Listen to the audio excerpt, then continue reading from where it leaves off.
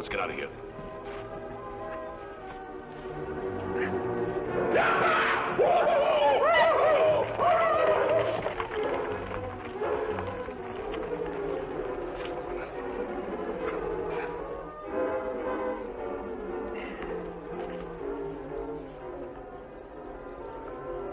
We've had enough trouble with the homesteaders to live around here without them bringing reinforcements in. Bo, you should let me finish them off. You ought to know by now, Gav. Dead men tell no tales. I want that man alive and talking. In fact, the more he talks, the better it is for us. Oh, so he can spread the word to the other homesteaders about the Indian attack and all? Exactly. Bo, I sure gotta hand it to you. You don't let any grass go under your feet. It's the grass growing under the homesteaders' feet I'm thinking about. Grass I could use to fatten my cattle, and I aim to get it. Every acre of it. Well, how much longer do you think they'll hold out? Well, they're pretty stubborn. They'll break down, though. It's just a matter of getting them sufficiently primed. Primed? Sure. We keep giving them the redskin work over Garth, they're bound to break. They'll either pull out, or they'll start a fracas with the local Indians. Yeah, but, if that happens, Bo, would the government step in? Go to the head of the class, son. Look, Garth, the government doesn't want any trouble with those Indians. In fact, they'd do anything to keep the peace, just anything. Oh, I get it. If the government thinks the homesteaders are stirring up trouble with the Indians, they revoke their land grants. Mm-hmm. And sell the valley property to some responsible rancher. Such as, Bo Slate? You've just graduated, son. Come on, let's ride.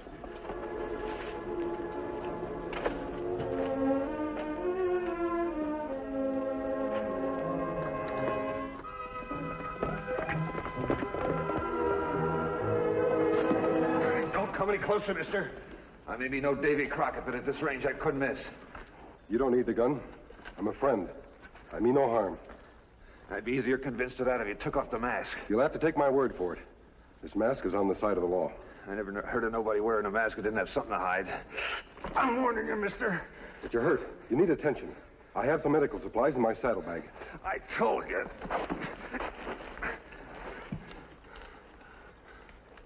My wife's brother Regis kept writing us about how good it was out here in Pine Valley, so finally I tossed some things into the buckboard and left Virginia and headed west. You intended to bring your wife out later? Yes. But what's the good of trying to make a home out here when a man is always plagued by a pack of heathen redskins? Tom, are you certain the men who ambushed you were Indians? Mister, I ought to know an Indian when I see one. Why, they're all decked out in feathers and paint they were. Just doesn't add up somehow. What doesn't add up? I've been noticing those tracks. Well, what about them? White men shoe their horses. Indians don't.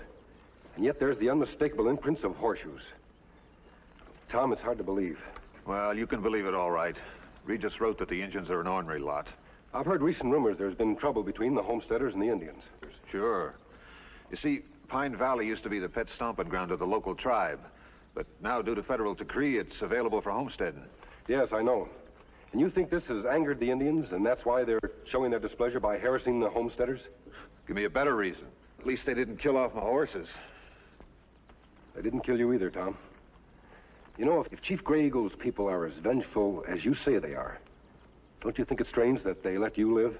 Oh, maybe they figured they'd kill me with their last shot. Maybe. Well, no sense in me staying here brooding about it. I better be heading on toward town. And thanks for everything. You think you can handle the buckboard all right? Absolutely. Good. Well, Tom, I'll be moving along. I'm meeting a friend of mine. I intend to look into this matter thoroughly. You do that, mister, and you'll find out everything I've been telling you is straight goods. Adios.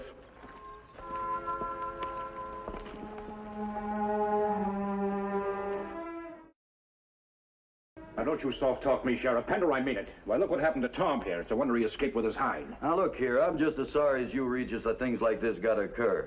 But consider the size of the territory I'm expected to police. And single-handed, too. I can't be every place at once now, can I? You could deputize men and arrest those savages. Which savages? What do you mean? I mean, could you identify any of them personal? The ones who attacked you? Well, they were just Injuns, you know. They all look alike to me. There, you see? Now, you couldn't expect me to go out and corral every daggone redskin in the district and put him under lock and key, could you? We're faced with a mighty ticklish situation. Being wards of the government, those Injuns come under federal jurisdiction. And unless they break a civil law, I can't touch them. But they have broken the civil law. They've attacked us, haven't they? Got proof? I mean the kind of proof that'll stand up in court. You mean my word's not enough? Nope. It's yours against theirs. And in the eyes of the law, an Injun's word is every bit as good as any white man's. You admitted yourself that you couldn't rightly identify him. What'd I tell you? It's no good coming to him. It's up to us. Now, look here, Garth. Listen to me, Sheriff. Any Injun polecat caught snooping around Pine Valley better look to his scalp. Come on, fellas. Now, don't you boys go starting an open ruckus with any of them Injuns. The federal government might take away your land grant. You think they might do that, Regis? Take away our land? Certainly not. We're in the right, aren't we? We're just protecting our homes. Howdy. How's everything down Pine Valley way? Could be a heap sight better, Mr. Slate. We're up to our necks in engines. They're still pestering you people, huh? That's a downright shame. You know, Regis, I sincerely wish there was something I could do to help. Well, that's sure mighty kind of you, Mr. Slate. Most ranchers hereabouts resent us homesteaders for moving in and taking over property that they could have used for grazing purposes. You know, Regis, the way I feel about it is everybody's got a right to live. Mr. Slate, that's just what I've been telling Regis. And I reckon I finally persuaded him in seeing things my way. Good, I'm glad to hear it. Well, I guess we better be heading back to the valley. So long, Mr. Slate. So long. Come on. So long.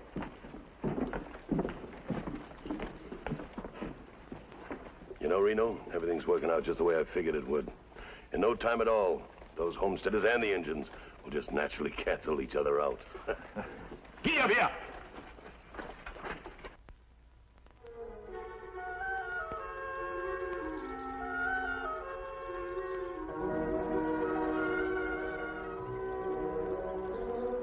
Come on, Scout. You plenty thirsty.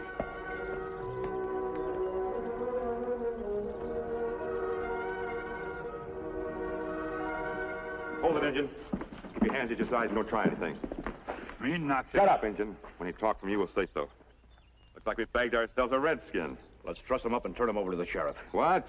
Let the sheriff turn him loose again for lack of evidence? Uh-uh. Well, what are you suggesting? A long piece of rope. String him up. Yep. We're going to give those Indians a taste of homesteaders' vengeance. We're going to hang him from the highest tree as a warning to his whole black-hearted tribe. Here, keep him covered while I get a piece of rope. I don't know, Regis. It doesn't seem right somehow.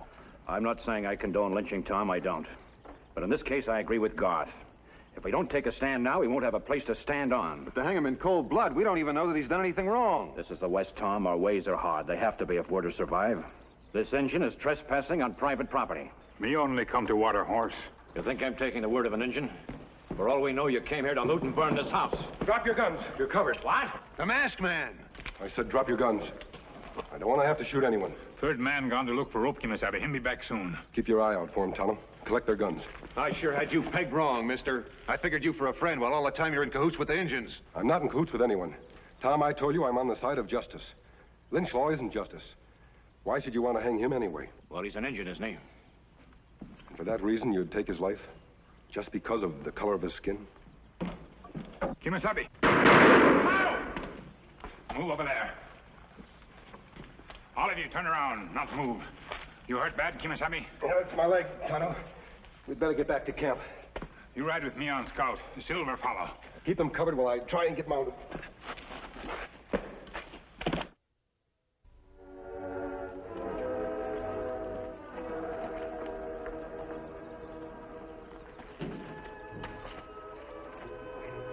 Wound plenty bad, Kimasabi. It be week maybe before you able to ride again. A week. I just can't lie here. But you have no choice, Kimasabi. Tonto, the situation in Pine Valley is critical.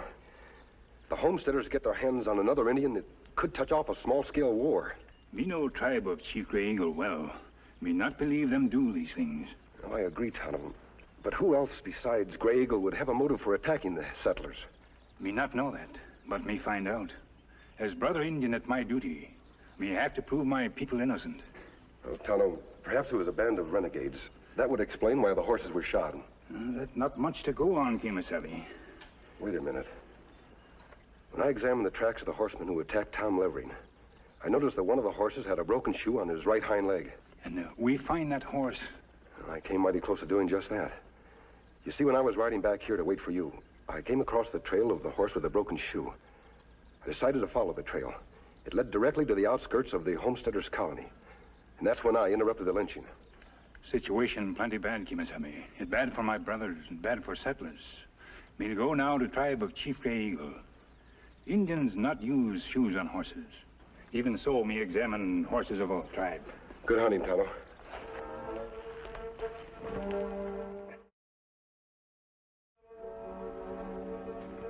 You have seen the horses of my braves. Is it not as Gray Eagle said it would be? It is as Gray Eagle said it would be. There were no shoes among them. Has Tonto lived so long among the paleface that he has abandoned his tribal allegiance? Tonto is still an Indian. My only interest is to protect my people. The people of Gray Eagle ask nothing more than to live in peace with their paleface cousins. The paleface wish only to live in peace with the people of Gray Eagle. It is a strange way to show that peace. Twice now while hunting, braves of this tribe have been set upon by bands of paleface and flogged. It is because them think the people of Gray Eagle are guilty. It is a tale well told among the paleface. Those who have told it speak with a crooked tongue. Then let Gray Eagle offer proof against the lies. The innocent brave need not defend his name. Let the accuser offer proof. From now on, warriors of my tribe shall carry rifles with which to protect themselves. Gray Eagle knows this could lead to war. If the Lone Ranger gave his word as bond, would Gray Eagle agree to keep the peace until there is time to investigate this situation? The honor of the Lone Ranger is great, and great is his legend. He shall deal fairly with the tribe of Gray Eagle. Very well. It is agreed. Until the coming of the new moon, I shall wait. The new moon, but that is only one day. One day only. Let the Lone Ranger find the path to an honorable peace in so much time. Gray Eagle has spoken.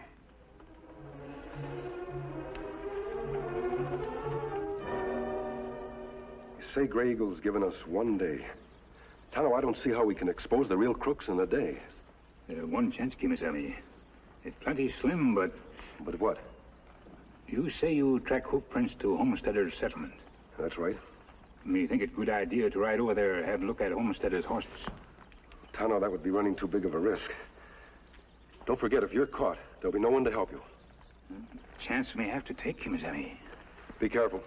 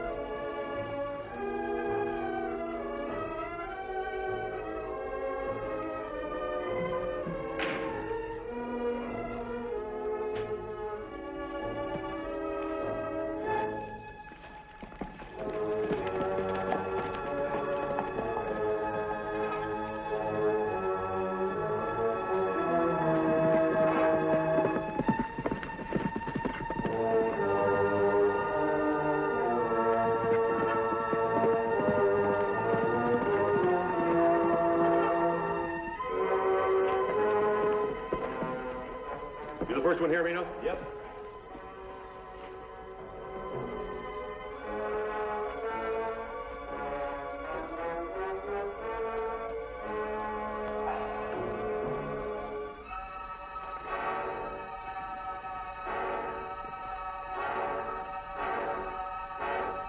Get your hands up, Injun. Stand up. These things have been known to go off. Come on.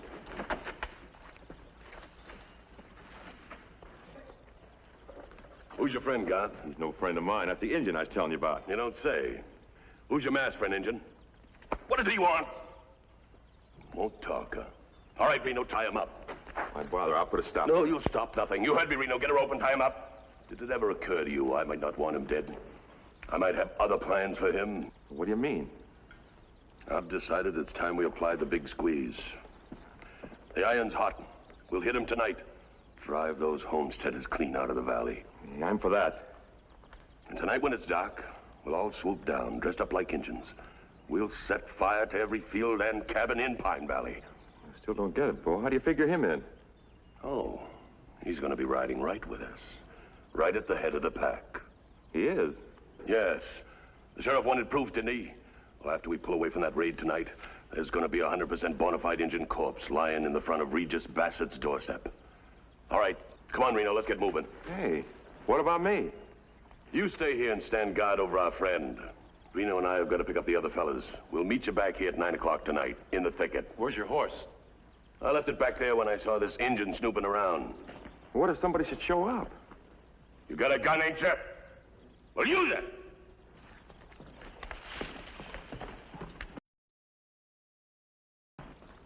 I guess you know your goose is cooked for sure this time, Injun.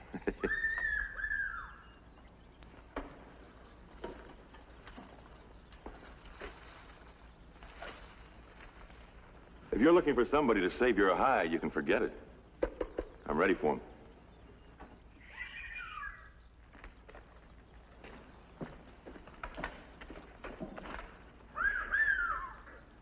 You cut that out. You try that again, and I'm gonna... You what? Boss say him want me alive, remember? I got ears, but the boss didn't say anything about me mussing you up a little bit.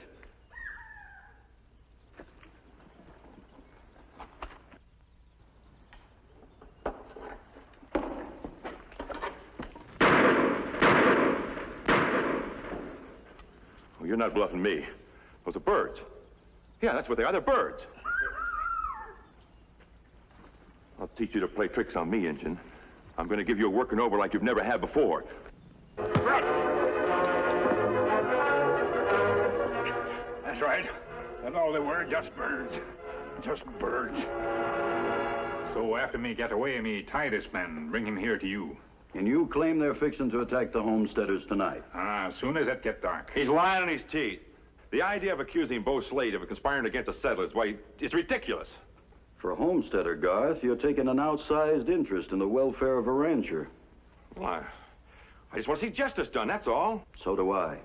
Justice is my job. You mean you take his word against mine? Maybe this convince you that me tell truth. Silver bullet. Where'd you get this, Injun? From my friend. Yeah? What does this friend of yours look like? Him wear mask, ride white horse called Silver. Then you must be Tonto. Well, where is the masked man? Why didn't he come with you? Because him shot. Him laid up with bad wound. Shot? By him. He had no business interfering in matters that don't concern him. That's where you're wrong, Garth. I've heard of this masked man, and investigating dishonesty and injustice is his business. Come on. What are you doing? A few hours in the pokey never did a man any harm.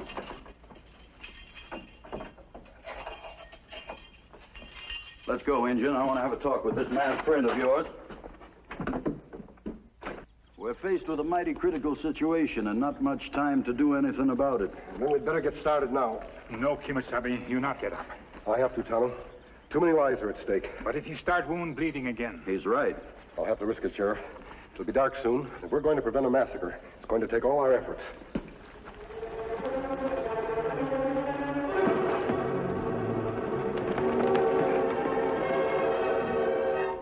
It's getting late. Garth and Lefty should have been here a long time ago. Oh, the rest of the fellows will be wondering what's wrong. Didn't you tell them to hold off attacking from the other side of the valley until we get started over here? Yeah, I told them, but we ain't got much time left. The moon will be up soon. And the job we've got to do will be done best if it's dark. Here they come now. Listen to me. The gang's gonna ride from the north as soon as we start the first fire. So come on, let's ride. You not ride anywhere, mister. Drop guns. It's a trick. I'd stop right there if I were you. Now move out.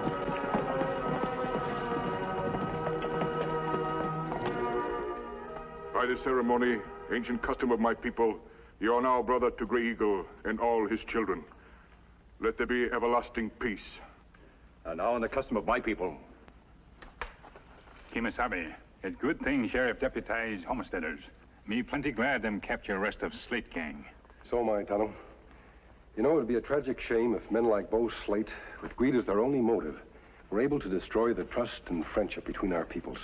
Well, Tonto and I must be riding on. Adios. Oh, wait, mister. Do not try to detain him. He and Tonto have many important things to do. We sure owe them a debt of gratitude. Imagine being willing to risk their lives for us simply for the sake of seeing justice done. I wonder who the masked man is. The masked man is the brother to every law-abiding man, whatever his race or color. He is the Lone Ranger.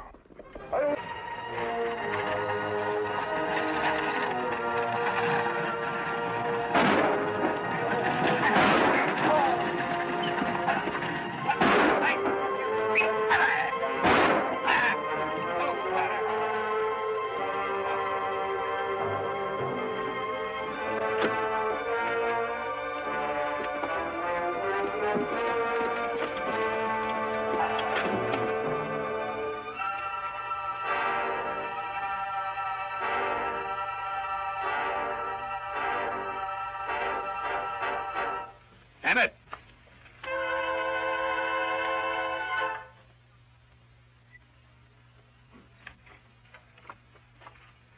There you be. Hey, I do look just like him, don't I? And those clothes.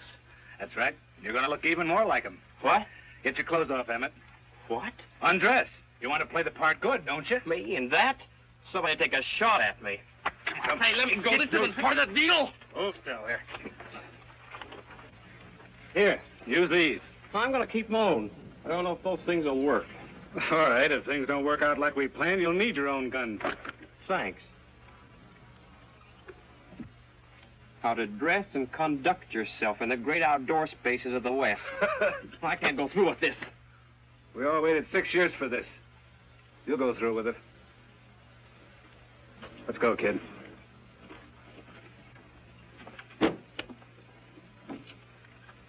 He's dead. All right, Emmett, get up here and drive this stagecoach into town. And don't drive too good. Remember, you're a tenderfoot. Tell him a good story about what happened out here. And don't forget your name. What is your name? Bob Walker. I've been to school in Boston, and my pa was Six-Gun Walker. The wildest, rootinest, tootinest galoot that ever throwed hot lead. Does he sound like one of them guys that been going to them fancy Eastern schools? I don't know. But he'll have to do. We'll see you in town. And remember, you don't know us. Now get going.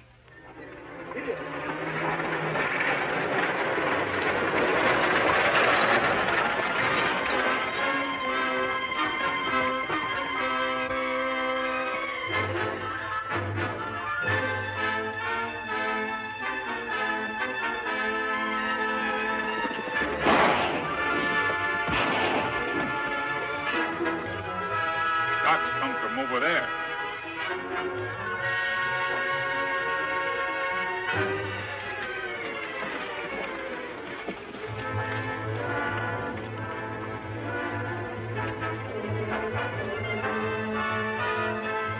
Let's get out of here.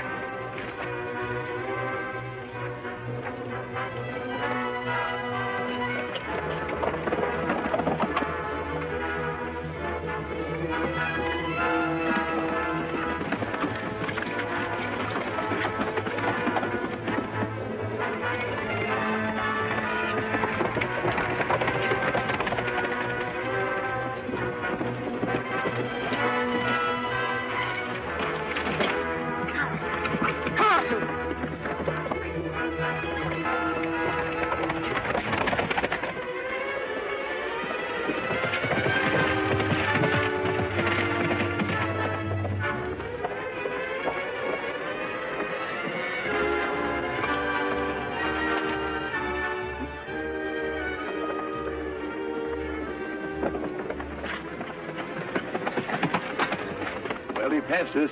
I'll take care of that mask, man. Hold it. We don't want to take a chance on being recognized. Walker's done for.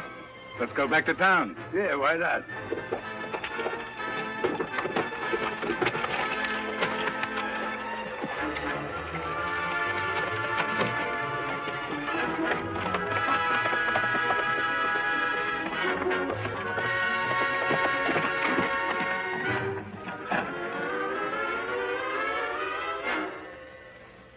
They got away, Tonto.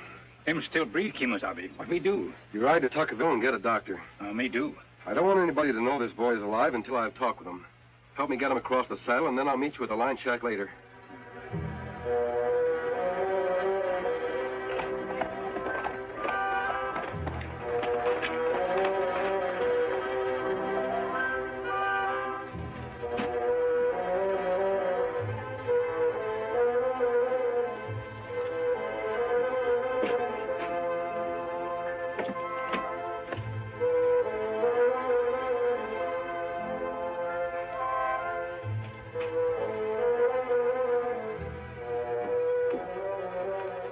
Bob Walker. Welcome home, son. Hello, Mr. Barr. What'd you say? What could I say? Hello. Oh, hello. Gosh, you're a sight for sore eyes. Well, I reckon you come home to claim that legacy. Yeah, you got it ready for me? You bet. But not till you're 21, and that ain't until tomorrow. But come on inside.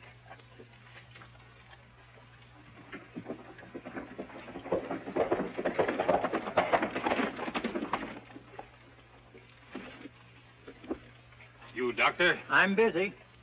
The trouble with you Indians, you eat too much of the white man's starch foods. Go over to the store and get 10 cents worth of croton oil. Take that. Me not sick. Well, I haven't got time to go riding out to see any squaw either. You come with me. I got patients waiting for me. Besides, I have an important appointment. Sorry, Doctor. You come with Tonto. No make noise.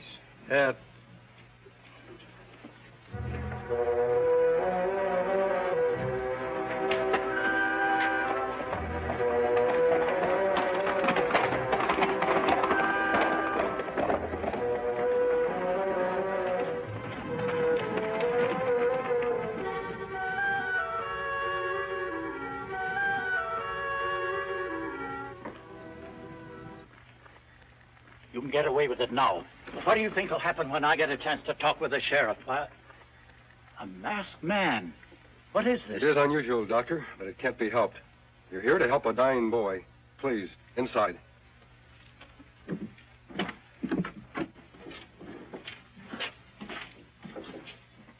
Shot in the chest. He's been unconscious since we found him. Bad, all right. Mm-hmm. What are his chances? I don't know. Maybe I ought to... Ought to what, Doctor?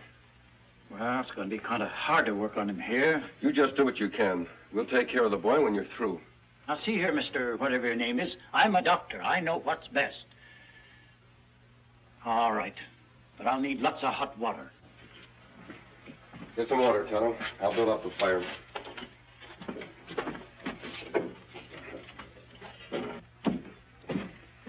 I left some bandages in there.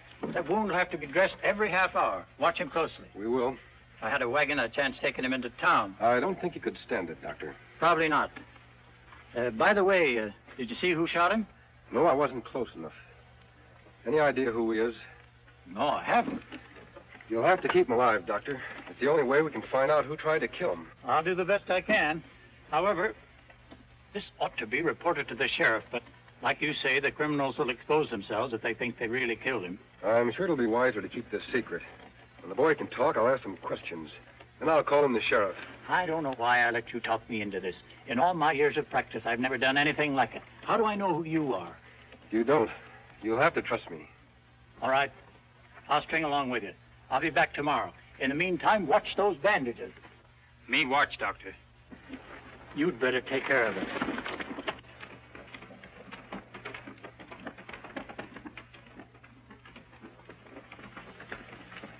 Kimosabe, me get no chance to talk to you alone.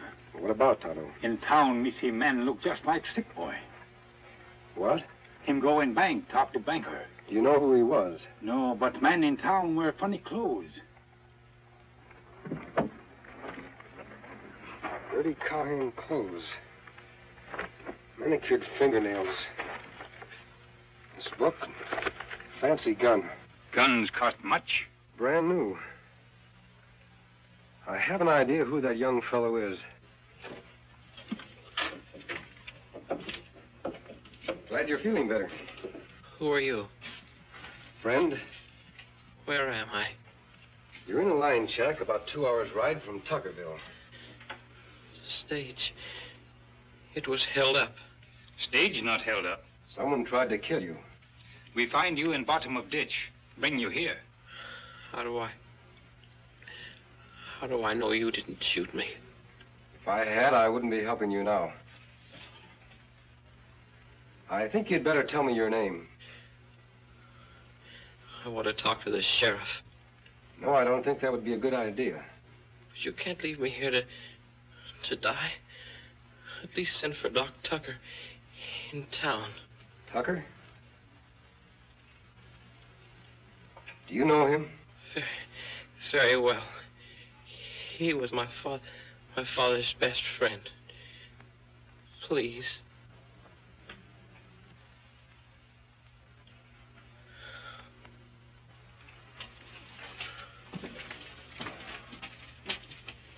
Him say doctor good friend. Why?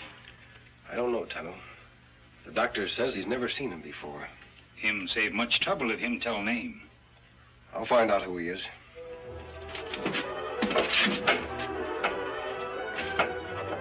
I'm going into town to look at that other fellow. You stay close to the shack.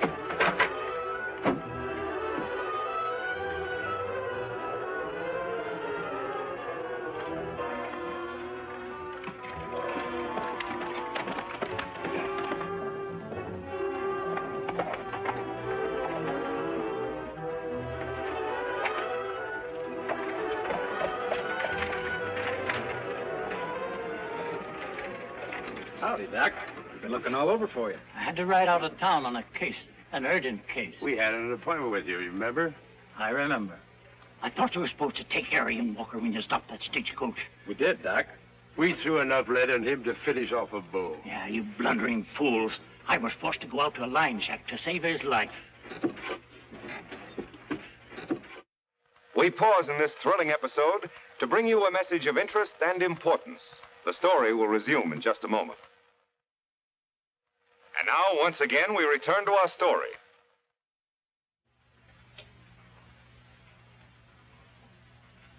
I tell you, Walker couldn't be alive, Doc. Where's Emmett? He was over at the bank with old man Barr. But go get him. You know better than to leave him alone with that old crow. And bring Ezra Barr, too. All right. What about that Indian and masked man? Something ought to be done about him, huh? Not just yet. They'll stay close to their patient. I saw to that. How? I told them the bandages had to be changed every half hour. The white man won't let the Indian do it. What's so funny? The man with the mask asked me not to say anything to the sheriff until after he'd had a chance to talk to Walker. Not bad, Doc. You just naturally got a face people want to trust. Huh? Honest, Doc, I mean it.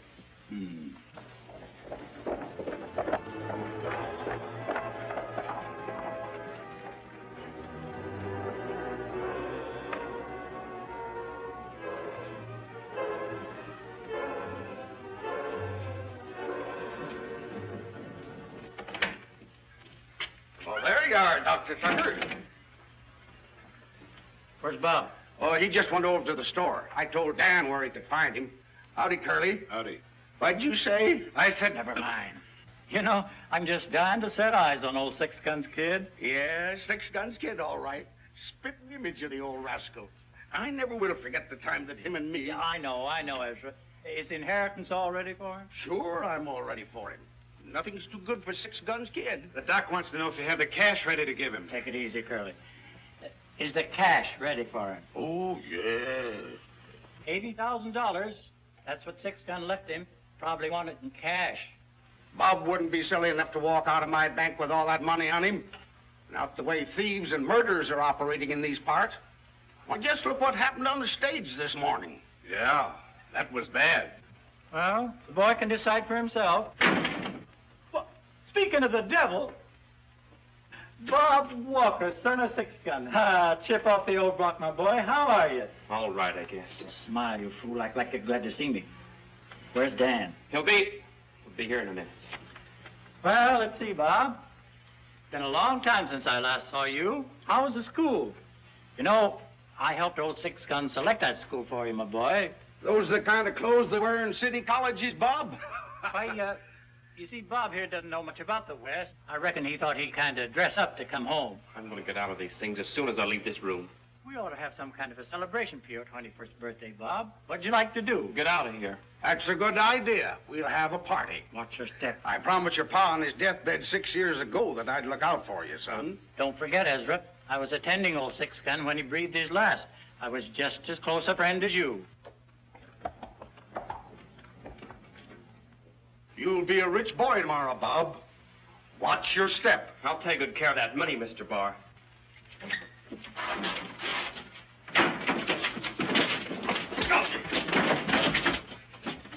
What was that noise? Why, I don't hear anything.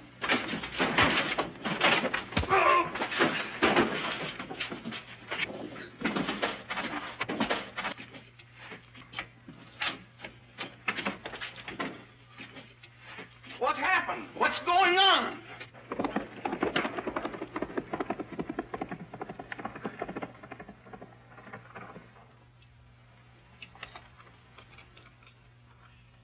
What happened? I demand that Shut you up, tell Ezra. me. He had a dizzy spell. Fell down. Oh, dizzy spell. I used to have them bad. I remember once, about 3 years ago, I had one. You give me some pink pills, Doc. That brought me out of it. Maybe you ought to give him Yes, some. yes, Ezra, I'll give him some. Look, you run on back to the bank. I'll take care of Dan. Sure, I'll take care of the bank. See you tomorrow, Bob. That was the masked man. The masked man, who is he? Take it easy, Dan. I knew something would go wrong. Shut up, Emmett. How much did he hear? I don't know how much you heard, but when I get my hands on him again. We gotta do something fast. We gotta clear out of here. I'll take care of that masked man. I'll go with you. Hold it. Emmett, you'll stay right here with us. You better take Joe with you. You'll find the masked man over at the North Line Shack. Good. Get going. Honest, Doc. Don't you think we ought to clear out of here? No, and I'm sorry you're the only one we could find who looks like Bob Walker.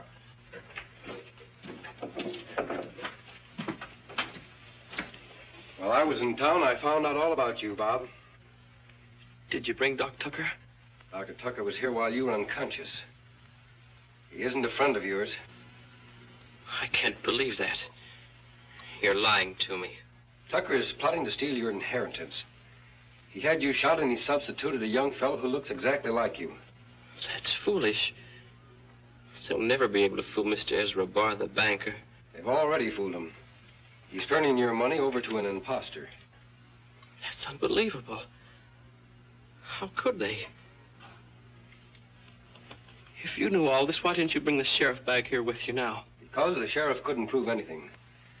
Remember, Bob, you never saw who shot at you or who killed the stage driver. What'll I do? I have a plan. It'll take quite a bit of an effort on your part. I'll try. The doctor won't report this until tomorrow. That means Tonto will have to hurry. When we see Sheriff? Sooner than the doctor thinks we will. In the meantime, I want to arrange things here. We're likely to have a visit from the doctor's friends.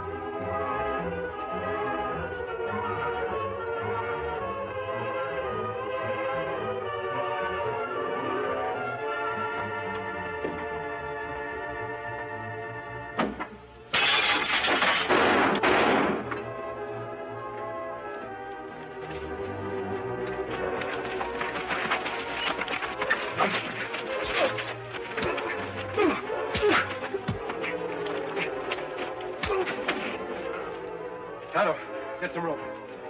On your feet. Get over there.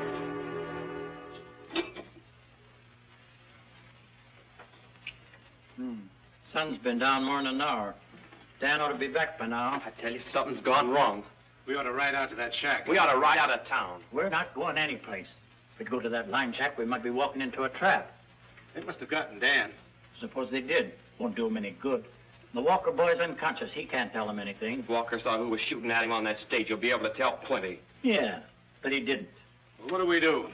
Sit here and wait till they come and get us? What about the sheriff? The man with the mask has a funny notion he doesn't want to talk to the sheriff. That explains part of it. I talked to the sheriff a while ago. He was nice to me, welcomed me home.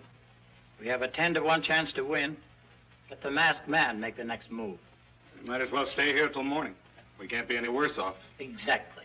I'll wake old Ezra early in the morning and get the money transfer over with. For gosh sake, Doc, what's your hurry so early in the morning? It was Bob's idea. He said he was anxious to get this over with. Probably wants to make some investments. Hello, Curly. Howdy. I'll get things ready. Where's Emmett? He left me about a half hour ago. Didn't he come over to the bank? No, you shouldn't have let him out of your sight. Ah, happy birthday, Bob. Well, sit right down here, Bob. We'll have this over in a jiffy. Although I do hate to see all this money in your possession. Stop worrying about his money, Ezra. Give it to him. Yes, sir. It's a fine day for gifts. Sign right there, Bob. And here, you count this cash. And don't you trust even your best friend. Count it and see if it's all there. I don't have to count it, Mr. Barr. Congratulations, Bob. You're a rich man. You bet I am. And you crooks aren't going to get a dime of it. What's that? Your friend Emmett White is...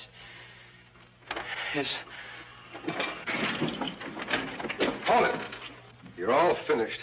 What do you mean? It almost worked, Doctor. You and your pals killed the stagecoach driver, and you thought you'd killed the real Bob Walker. Then you substituted one of your own men to collect that legacy. What are you talking about? That's Bob Walker. For once, you're right. That is Bob Walker. Not the one you think it is. That was a blanket roll your men shot at. You've done an awful lot of spouting, but you haven't proved anything. All right, Sheriff. Your other men are in jail. You blundering idiot. Well, the masked man grabbed me, made me change clothes with Bob. I had to do it this way, Doctor, to catch you red-handed. You see, Sheriff, Bob Walker never saw who shot at him on the stage. He didn't know who was behind all this.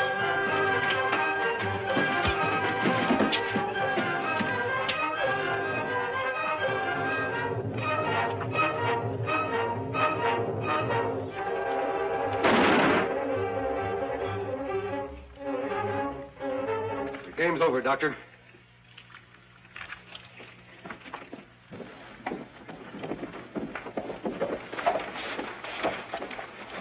Well, Bob, take care of yourself. Don't ride any broncs until that shoulder heals up good. I won't. And besides, I'll have to learn how first. Him learn to shoot pretty gun, too. Well, that I'll do. What'd you say? So long, Mr. Barr. Oh, you bet I'll take care of his money for him. Wish that fella'd stay around these parts. So do I, Ezra. Say, you know, I never did get his name. What'd you say? What's his name? His name? Why didn't you say so? It's the Lone Ranger. The Lone Ranger.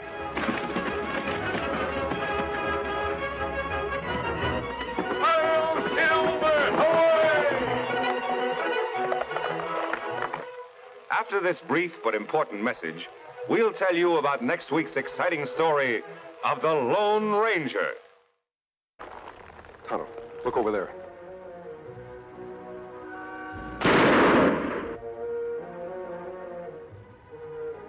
Me think old fellows act plenty silly. Yes, Tonto. Anyone who tries to settle an argument by fighting is silly. What they do now? Looks like they're going to shoot at each other again.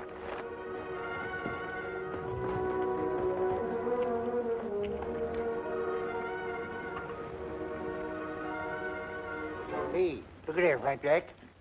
Hey, a masked man. And an engine, too. Plug him, Moshorn. Oh, I can't. My gun ain't loaded. Drop your guns, both of you. Well, I wouldn't, only mine's empty. And there's mine, it's empty, too. But what right have you got to be horning in on a private ruckus? Don't you fellas know there's a law against dueling? Now, that's right funny. Coming from an owl hoot that's wearing a mask. Don't let this mask fool you. I'm no outlaw. All I want is an explanation for your gunplay. Well, if you gotta know, I caught this sidewinder sneaking up on my shack. Don't you believe the varmint. I was only looking for a stray burro. That's hardly enough reason to want to kill each other. Well, this shooting's been going on a long time. Flapjack here and me, we used to prospect together. That is, until I heard that he said I left him laying on the desert with a broken leg. I never said that, Moosehorn. I knew you went for help, but somebody told me you claimed I'd stolen your poke. Your guns, Kemosabe, them plenty old. Thanks, Tonto. These cap and ball revolvers don't seem very effective.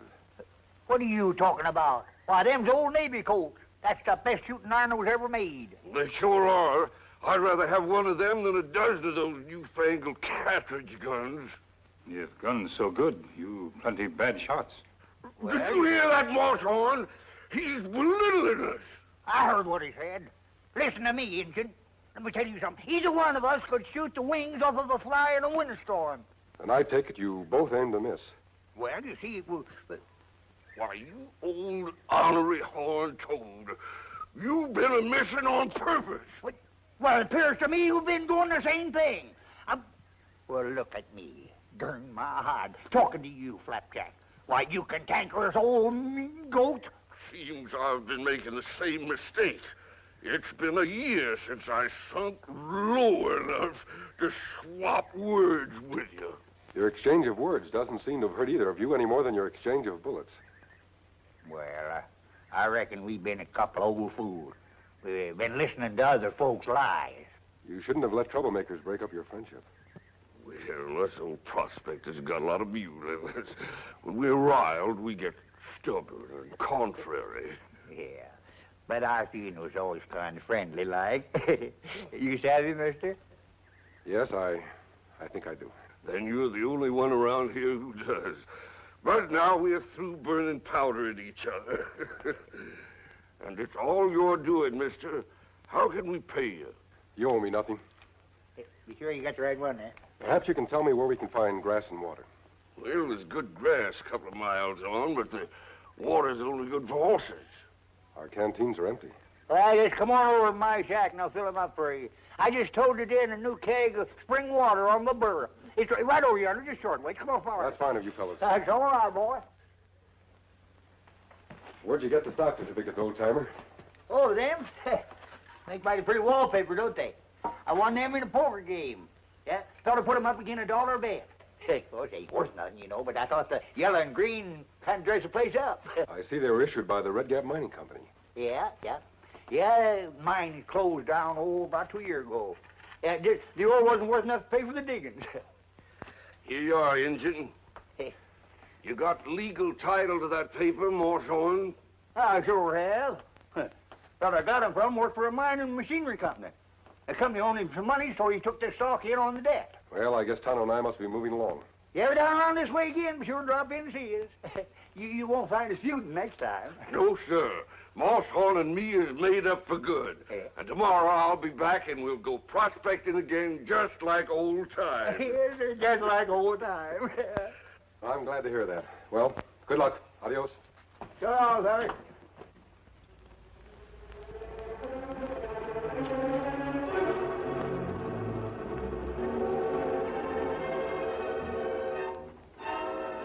So this is the Red Gap mine, huh?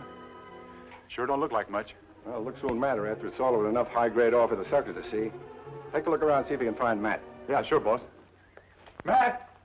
Hey, Matt, where are you? I'm coming. Hiya, Moose. Hiya, Silk. Gee, I'm glad to see you.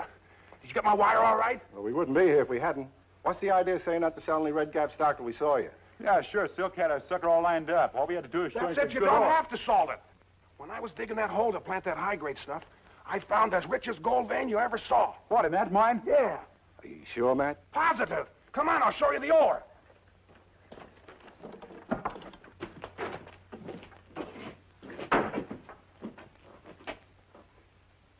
It certainly looks like the real thing. It is. It'll add, say, about $2,000 to the ton. Where'd you find it? Right near the main entrance. The men who dug the lateral shaft only missed the vein about a yard. This changes everything. Now, the first thing we have to do is get a hold of enough stock to reorganize this company. Hey, wait a minute. You mean instead of selling to suckers, we buy and become honest businessmen? That's right. But right now, we don't own enough stock to control the company. Well, I've been asking around town. There's only one man that has much of it. Who's that? He's an old prospector named Mosshorn. He has the walls of his shack papered with the stuff. Everybody's joking about it. Maybe we can talk him into selling. I don't think so. He's pretty ornery, and he won't sell for $1 million. Well, if he's that stubborn, Moose here may be able to persuade him. We'll pay him a visit tonight.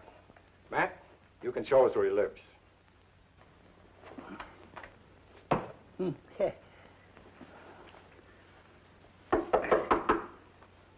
Come on in. Door ain't locked.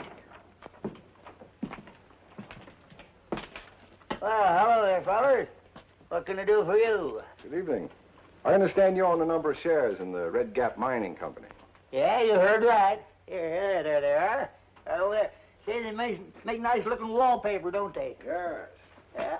I wonder if you'd be interested in selling them. For a fair price, that is. Oh, shucks, they ain't worth nothing.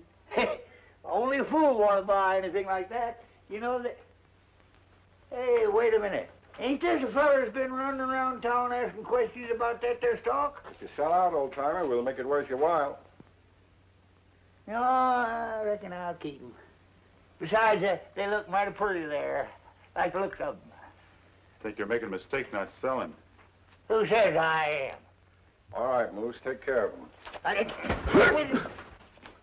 Hey, how are we going to get these certificates off the wall? They're pasted on tight. The paper underneath is loose. Give me a knife.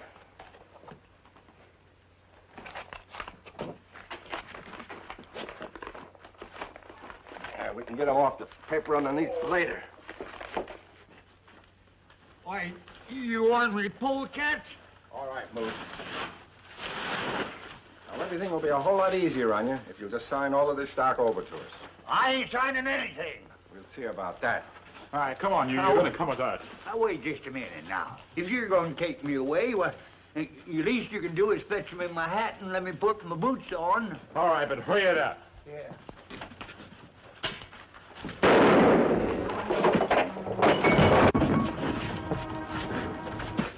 Hey, get Matt out, quick.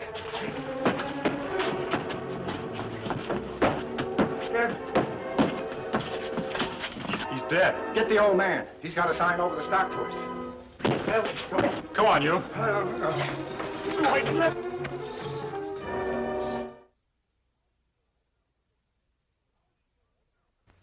Easy, Maud. Now, come on, easy. Curse on you stubborn critter. When I say easy, I mean easy. Oh, come on, Maud.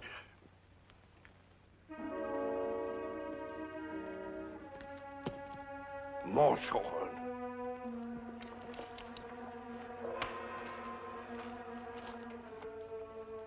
Mosshorn. Mosshorn, where are you? Mosshorn!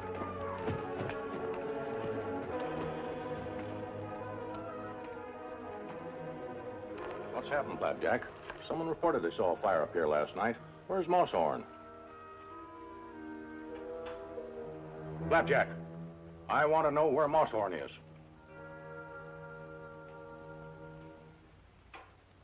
There.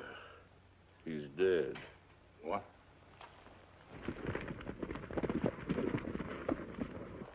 Look, Kimasabi. Cabin of old prospector we met yesterday burned down. One of those two men is the sheriff. Let's investigate. Sheriff, him maybe asked plenty questions. We won't let him see us. Let's move closer and listen. Poor Mosshorn. Burned beyond recognition. How did it happen, Flapjack? What are you doing here? Why, we was going prospecting this morning. What are you trying to give me? The whole town knows you two have feuded too long to ever make up. You were always threatening to kill each other. Oh, that is just talk. We never really meant it. That's not what the whole town is going to think. They know an old desert rat like Mosshorn wouldn't burn himself up in an accident. Let me see your gun. What's the idea, Sheriff? Smells of fresh burnt powder. from yesterday. Moshorn and me had a little run-in, but nobody got hurt. A masked man and an Indian stopped us. That's a likely story. We go down there now and tell Sheriff what old man say too, Kimasabi? No, Tonto. We have no proof that Moshorn wasn't murdered by Flapjack. I think we should do some investigating on our own first. I don't care what you think. Moshorn and me had buried the hatchet. We was partners again. You must take me for a fool. Flapjack, I'm arresting you for the murder of Moshorn. I never killed him. I never killed nobody. You and Moshorn were the only two in these parts that carried cap and ball Colts. So, if the coroner finds a round bullet in that body, you'd better get a plenty smart lawyer. Now hurry up and get your burro. We're taking Moshorn's body into town. If round bullets found in body, old man be in plenty bad way. In the eyes of the law, it'll be enough to put a rope around his neck. But I can't believe that Flapjack would kill his friend only a few hours after they became partners again. Me wonder about that, too. Flapjack had a chance to kill yesterday. The code of the West would have justified that. Men gone. We go down there now? Yes, Tonto. Come on. Nothing around here. Fire just about destroyed everything. You find anything, Tonto? Me only see hoof prints, boot tracks, and mark of burrow. Look, Kimasabi. Me find something. What is it, Tonto? Look like print of bare feet. That's strange. Think you can follow them? Me try.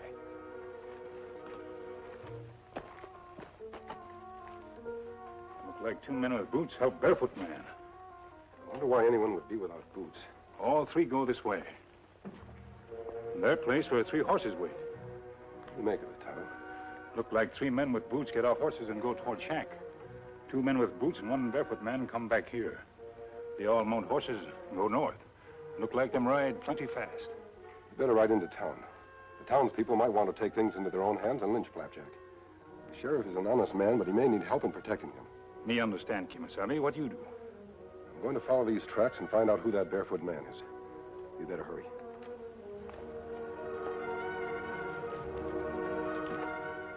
Please, don't hurt me no more.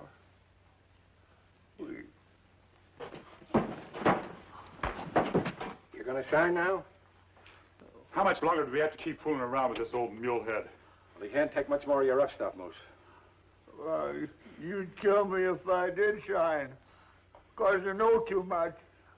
I've seen your faces and I know your name. Ah, shut up. There must be some other way of softening him up. What's behind that door?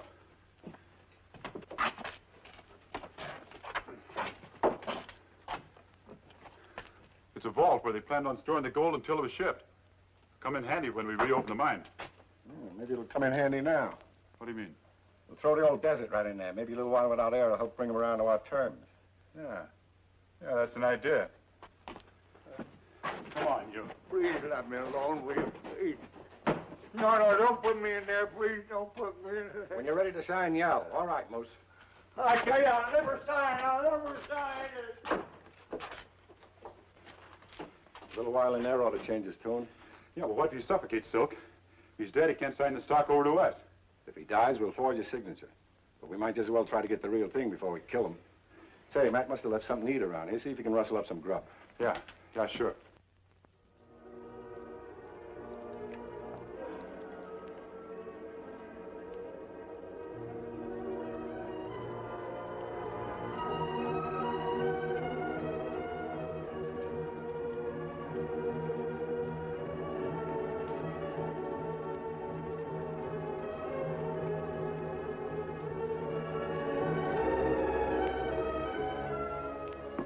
Let's take a look and see how our friend's doing. Yeah, I should be ready to sign about now. A masked man! I wouldn't do that, mister.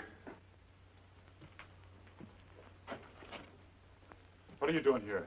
What right do you got coming in here holding that gun on us? You two own this mine? We got a financial interest in it. Where'd you get this stock? We found it. You found it in the cabin of an old prospector by the name of Moshorn. You murdered him. We didn't. His body was found in the ruins of his shack. That wasn't him. That was... Shut up. Who was it? Where is Moshorn? Talk! Where is Moshorn? Here, you... Get over by that door. Hurry. Now open it. Open. Oh, there. There. There. Right there.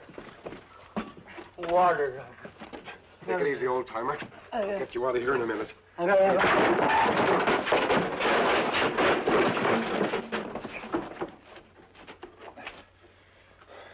Good work, Moose. Get our guns. Yeah. I was afraid that you'd come. Well, now we're just as good as dead. Gotta get out of here somehow. Hey, you're toting your gun. Maybe you can shoot the lock off. Well, it's made of heavy steel. Bullets won't smash it. Wait a minute. The lock is fastened to the door with large bolts.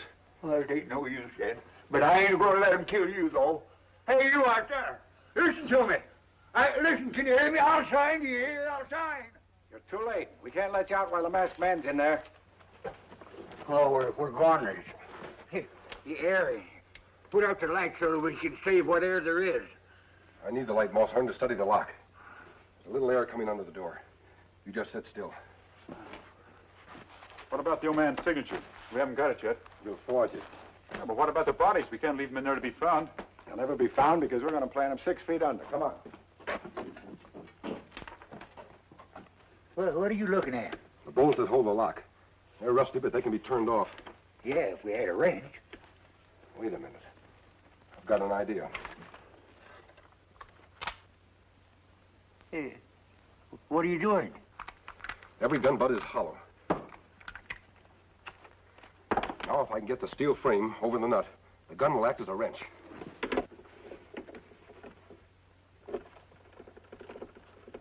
It works.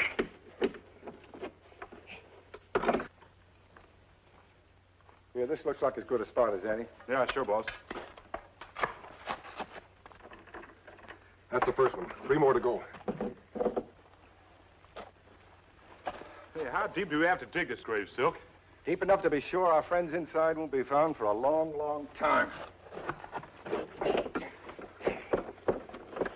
Half done. 2 more to go. Yeah. Keep digging, Moose. I'm going inside, see if our friends are finished yet. All right, Silk. Just 1 more, old timer.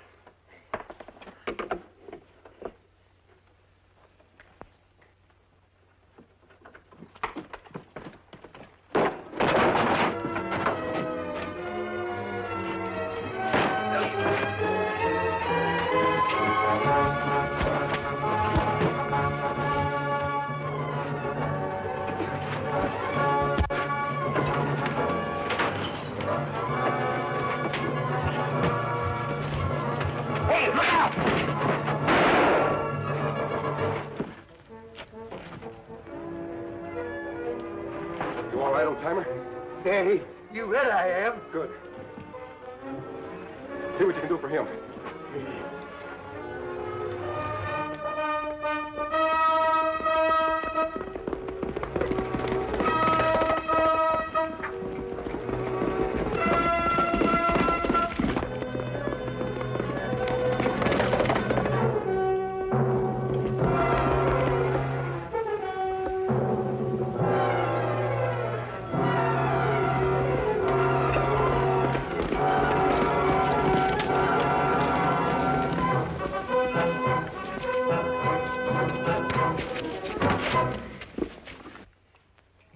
Yes, sir. You see that ore, Sheriff? That come out of the mine, and it's just plumb full of gold. That's why them 2 fellers in jail was so burn anxious to get the stock certificate. Look at there. My wallpaper's worth $1 million. Yes, sir. And half of it is yours, Flapjack. Gee, Mosshorn, why, you don't have... Oh, wait a minute. We're partners, anyway. The masked man sure got you out of a tight spot, Mosshorn. Me too. Hey, Sheriff? I reckon so, Flapjack. Say, where's the masked man, an Indian? I want to know who he is. Do you mean to sit there, Sheriff, and tell me that you ain't figured out who he is? Why, he's the Lone Ranger. Homesteaders, Jeb. They want the land for their cattle. We aren't going to leave, are we? Why, this is our home, Jeb. Someday we'll tear down this shack and we'll build a real home. Will it be big and white, like the house the Yankees burned in Atlanta? Perhaps not that big, Jeb, but it'll be a place you can be proud of. I'm proud of this place. Nobody else in Deep Valley has a big desk like yours, or a picture of his great-great-grandfather. Those things belong to the past, Jeb. They look out of place here. Corporal, I blew taps 15 minutes ago. I was talking to the commanding officer. That's no excuse. Now, you hit the hay before I court-martial your backsides. All right, Sarge. Night, Gramps. Good night, Jeb. You want anything, Colonel? No, thanks. Sarge, the boy heard us talking about that threatening letter. Well, quit worrying, Colonel. You and me went through Shiloh and Gettysburg, all right. We'll take care of these beef jockeys, all right. I hope so, Sarge. I sincerely hope so. Boss ought to be here by now. What's keeping him? Relax, will you? Well, we're wasting time. There's only one way to handle a man like Colonel McCauley. That's with a shooting iron. Brady figures there's no sense in killing a man when all you got to do is scare him. Colonel's a pretty tough old bird. Take more than a scare to make him turn his land over to Grady. Put on your hoods. Let's get started. All right, boss?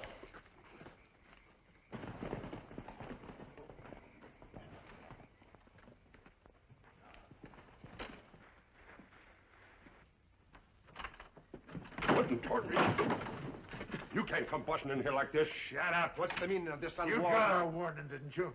Oh, so you sent that scurrilous letter? Yeah. Now, I should have known that men who write anonymous letters would be afraid to show their faces. Never mind the side remarks. When are you leaving? I have no intention of leaving. I think you'll change your mind. I don't know who you are or whom you represent, but the government leased me this land under the provisions of the Homestead Act, and I had the privilege of... This is cattle country, mister. It wasn't meant for farming. There's still room for cattle. Not with you homesteaders hogging the water, building fences, and putting up shacks. We're gonna run you out. In other words, you're taking the law in your own hands.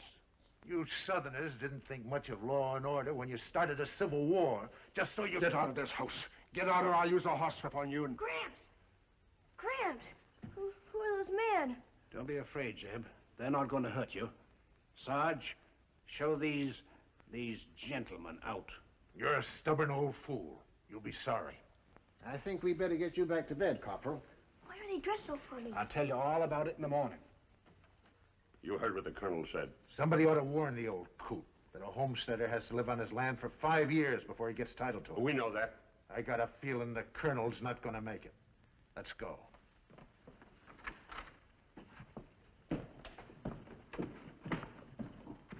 When your fences are torn up and your barn burns down, don't think it's an accident.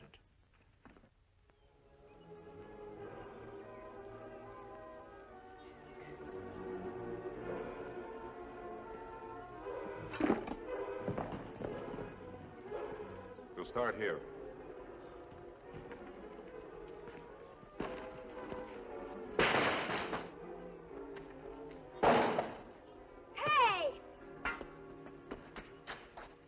Fence, you leave it alone. Now, wait a minute, Sonny. Some steers must have knocked it down. We just want to fix it for you. I saw you knock it down. I'm going to tell Gramps. Hey, Gramps! Shut up, you little brat. Leave me alone. Gramps, son! I told you to shut up. We better pull out of here. What about the kid? He'll be able to identify us. Bring him along. We'll decide what to do with him later. I'm asking him. Let's get out of here.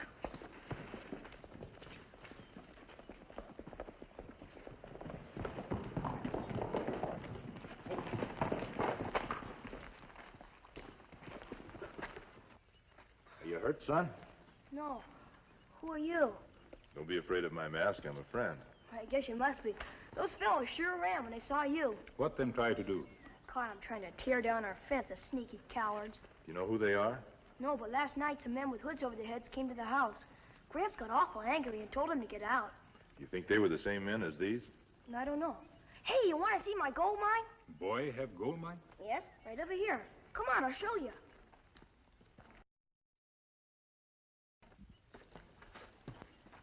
See?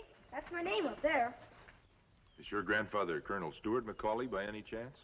Yeah. How'd you know his name? Colonel McCauley was one of the South's most distinguished soldiers. He still is.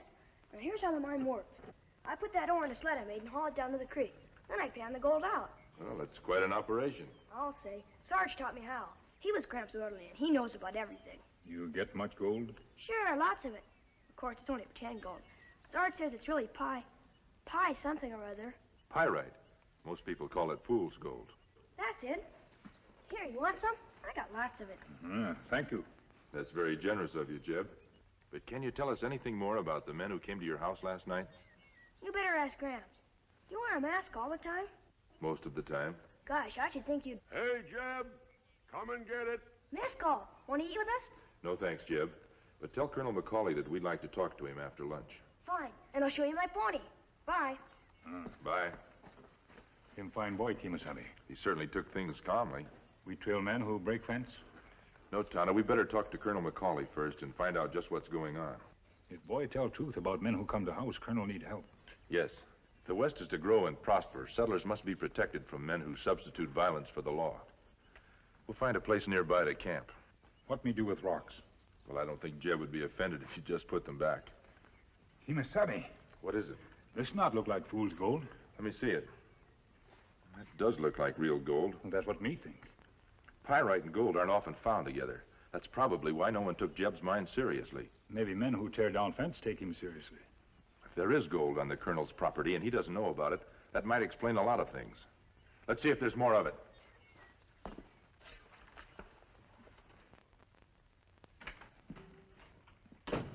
Hey, boss. I thought I told you not to come here. I had to. We ran into trouble. What? The Colonel's kid caught us tearing down the fence.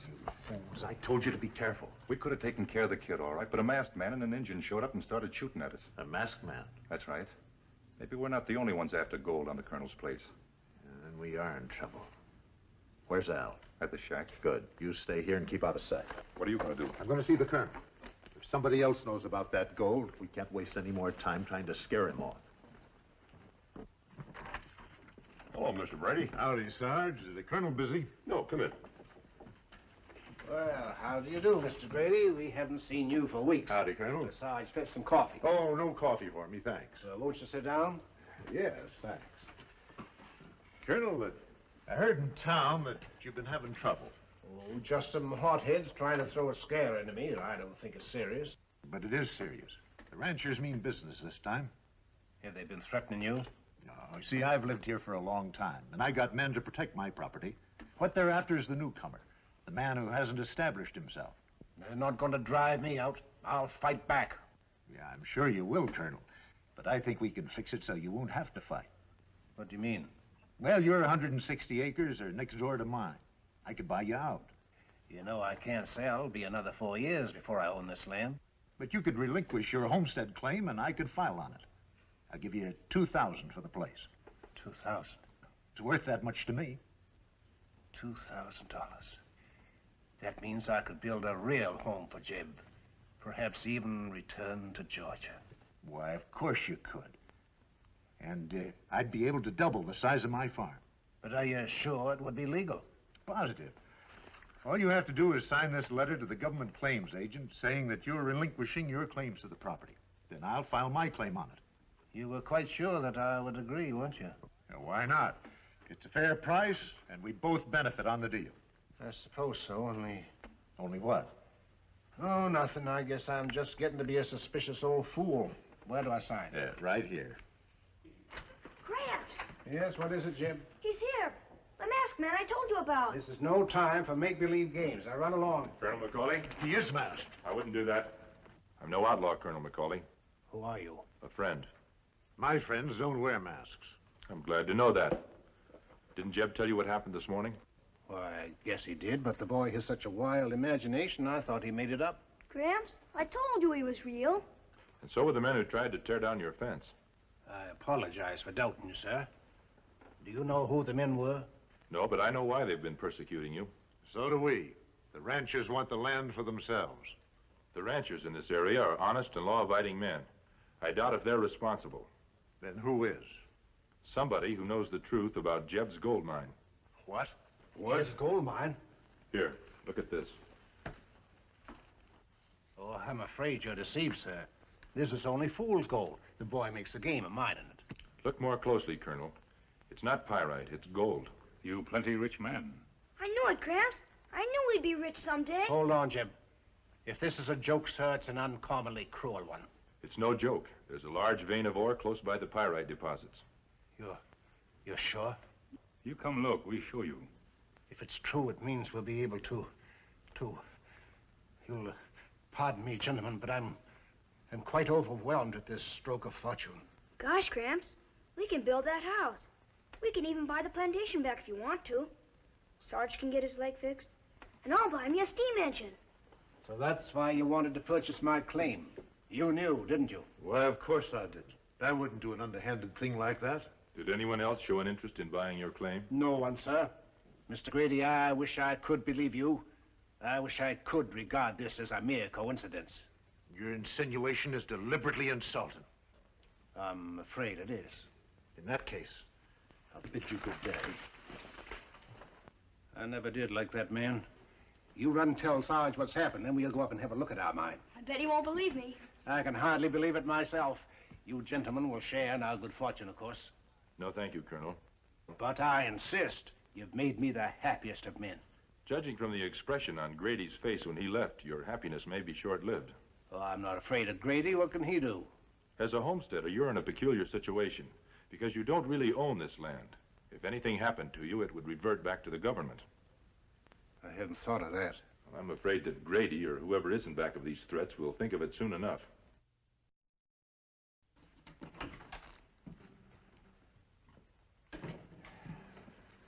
Anything wrong? Everything. Had the colonel all ready to sell, and that masked man turned up and told him there was gold on the place. Told him? Well, that ruins our whole scheme. Yeah, I'm not going to give up that easy. What are you looking up? Homestead law. Well, how do you figure that's going to help me? Shut up. Yeah, here it is. Homestead rights may not be sold, assigned, or bequeathed. In the case of death, land so leased reverts to public domain. Give you any ideas? Sure, but anything happens to the colonel and you claim his property, people around here are going to be mighty suspicious. Let them be suspicious, as long as they can't prove anything. What's your plan? As soon as it's dark, you and Al are going to the colonel's and take care of him. It's as easy as that. And where will you be? In town, at the sheriff's office, establishing an alibi. Oh, that's great. We do the dirty work and you establish an alibi. Look, I'm the one that needs an alibi. You don't. Nobody knows that you and Al are anywhere near Deep Valley. All right. But I'd feel a lot better if that masked man wasn't hanging around. What's he after, anyway? Don't worry about him. He may be useful. Useful? Yeah. Somebody's got to be blamed for the colonel's death. Not bad, boss. Not bad at all. Here's another chunk. I bet this is the biggest gold mine in the whole world. Well, I don't know about that, but it's big enough to suit me. Hey, Gramps, look at the size of this. Yes, that's fine, Jeb. And you really think I'm in danger? There's a fortune in gold here, Colonel McCauley. Many a murder's been committed for less. But what can I do? No matter how strongly I feel about it, there's no proof against Grady. Suppose we force him to show his hand. The only way he'll show his hand is by trying to murder me. Exactly. Are you suggesting that I allow him to make an attempt on my life? We can set a trap for him. A trap?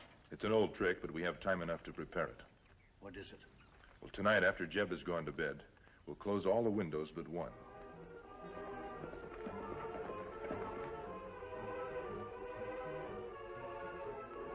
Go ahead. I'll stay here and cover you. Now watch your step. All right.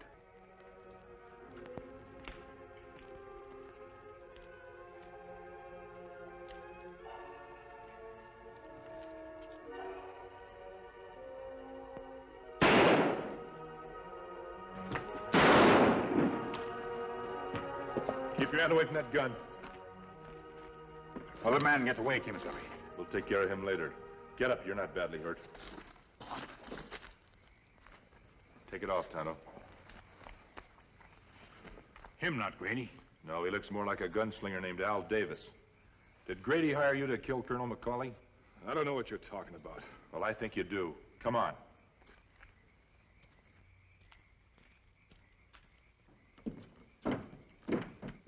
Inside.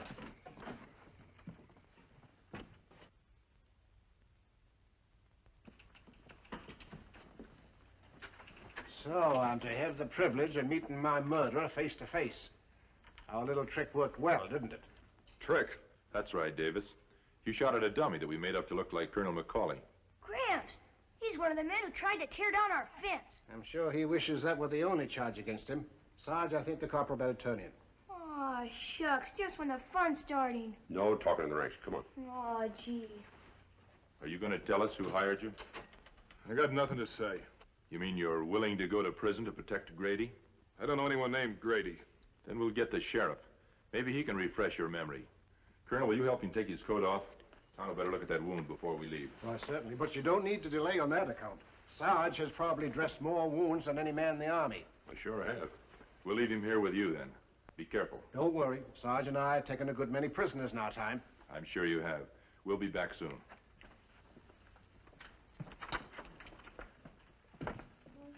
Kimasabi, you go for sheriff, too? No, Tonto. While you go into town, I'm going to try and follow the trail left by Al's partner. It's not hard to do at night. There's a full moon, and I'm quite sure the trail will lead to Grady's place. Let me have that hood and coat. So why you want this? Well, Al claims he doesn't know Grady, but I have a hunch that Grady will know Al, particularly if he's wearing this outfit. That plan plenty dangerous, Kimasabi. I'll be careful. Come on. Well, you win again, Sheriff. That's enough for me. It's not late, Jim. How about one more game? No, not tonight. Tomorrow's a busy day. Well, thanks for dropping by. Pleasure's mine. Say hello to your wife. I'll do that. I'll be seeing you. Good night.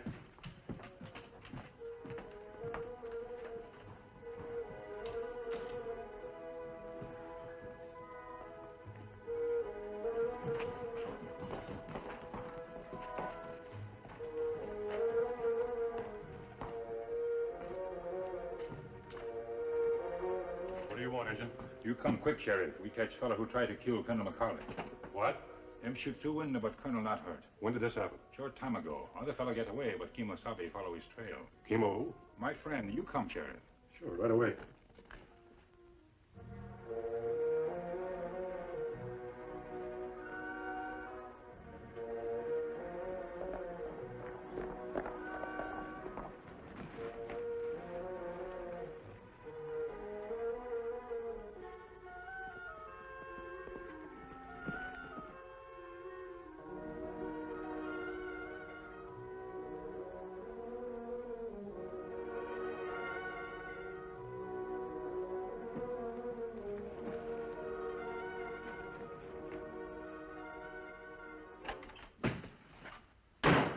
Al, how did you get here? I thought... Get your hands up.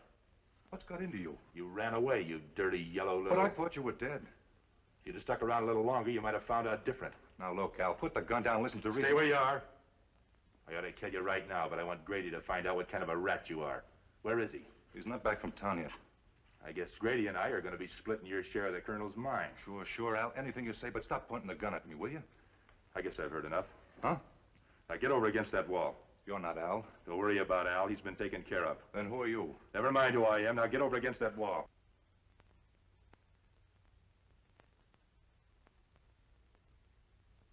What are you going to do?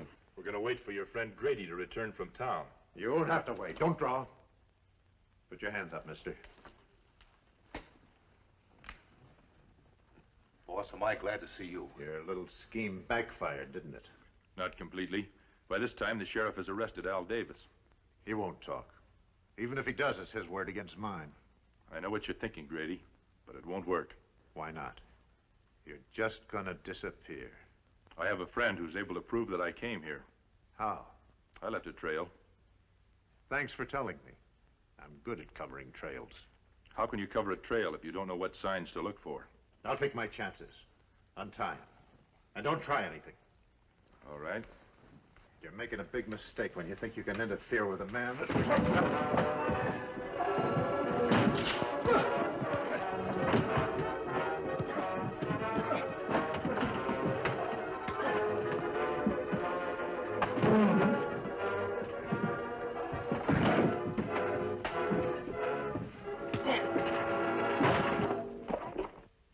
On your feet, Grady.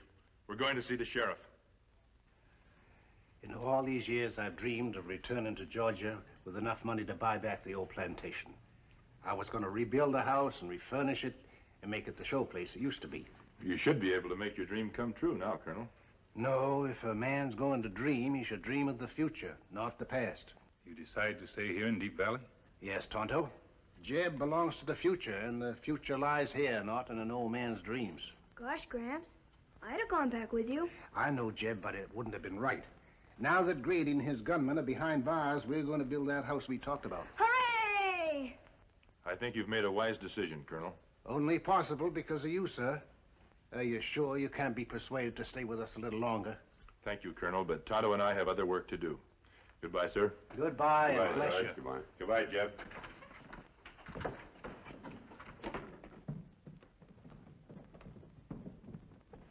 Jeb, I want you to remember that man so you'll be able to tell your grandchildren about him. My grandchildren? Yes, I want you to be able to tell them that you knew one of the greatest men the West ever produced. Sure, Gramps, but I don't even know his name. His name isn't important, Jeb. He's the Lone Ranger. All the money I've collected today for the Trenton County Irrigation Fund. More than enough to put us over the top. And then we can get started with the project at once. That is good news, isn't it, Charlie? It certainly is, Dad. And knowing the interest that you've taken this fund, I suppose this is in the nature of a personal triumph. Oh, it's not so much a personal triumph, Mr. Ludlow. It's a triumph for all those people that donated their savings to make the project possible. With proper irrigation, Trenton County's dry soil will be turned into a rich, fruitful paradise. Of course, of course. And you can be sure the people of this county appreciate the way you and your son stepped in and organized that committee. Took charge, so to speak. We're always delighted to serve the public. Hadn't you better put this in the safe with the rest of the fund? Yeah, it's about time to close the office anyway.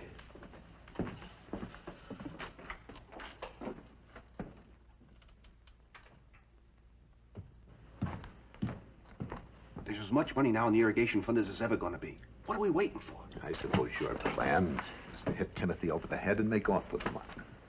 Well, what's the matter with it? Oh, it's an excellent plan. Well, then? Except that the sheriff would have a warrant out for us within the hour. You mean we're not going to steal the irrigation fund? All in good time, my boy.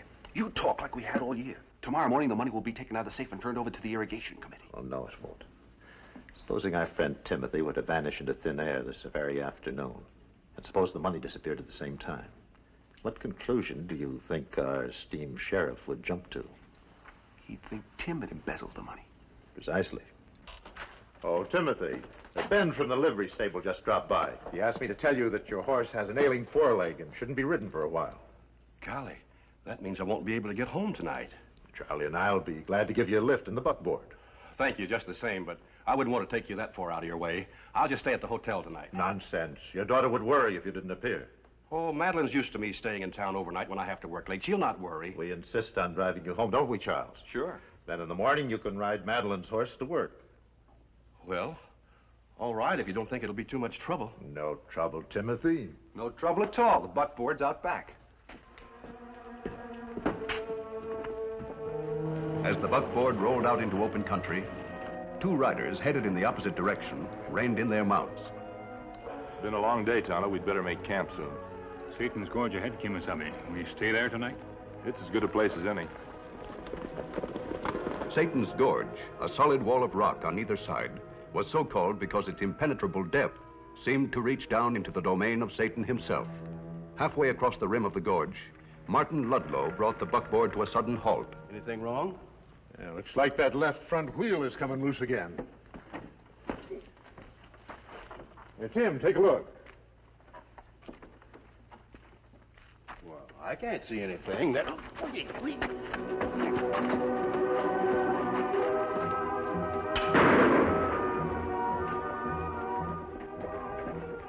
Pistol shots, Kimasabi. Let's go.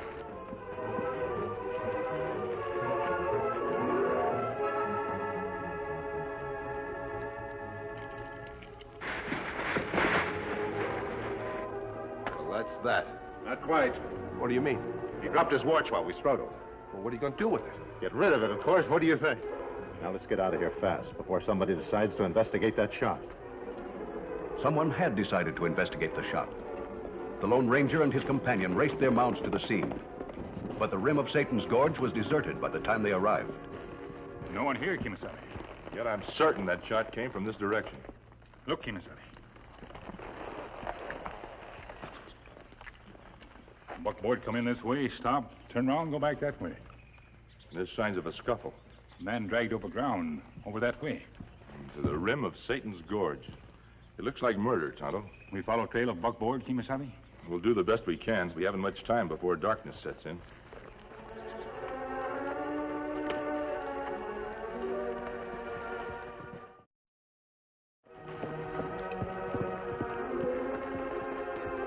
It's no use, Tonto. There's so many wheel marks here, it's impossible to tell one set from another. What we do, Kimasabi? We'll camp by the rim of the gorge. As soon as it's light, we'll comb the area for further evidence. The Lone Ranger and Tonto arose at daybreak to pursue the investigation. But it was mid-morning before their careful scrutiny was rewarded. Tonto. Yes, Kimasabi? I've spotted something, but in order to recover it, I'll have to be lowered into the gorge. To bottom of gorge? Oh, that's impossible. But I think I may be able to reach that ledge. There's some sort of object down there that glitters in the sun. Whatever it is, it must have been dropped recently. Otherwise it not shine so bright. You're not sure we have enough rope, Kimasabi? We'll have to chance it, Tonto. We can't afford to overlook the slightest clue. Me get rope. All righty, Kimasabi.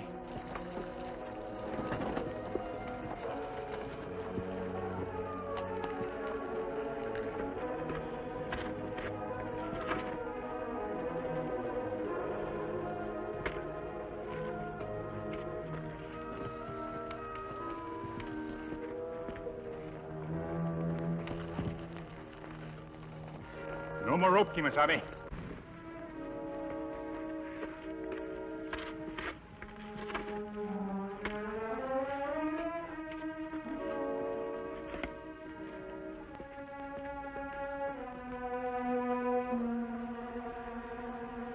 All right. All the way, Tonto.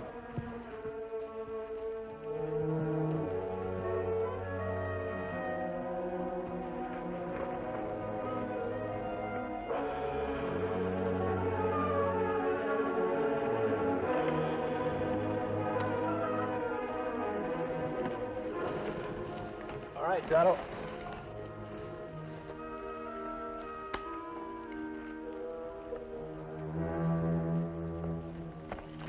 You find something, Kimasabi? Yes, a watch and chain. From the looks of it, it hasn't been down there long. You think it belonged to a man who was killed? That's possible. Maybe it had name on it. Yes, there's an inscription. To Timothy Dillon from the citizens of Trenton County in appreciation of... You hear something? Someone come this way, Kimasabi. Let's hide behind that boulder. It'll save answering questions about my mask.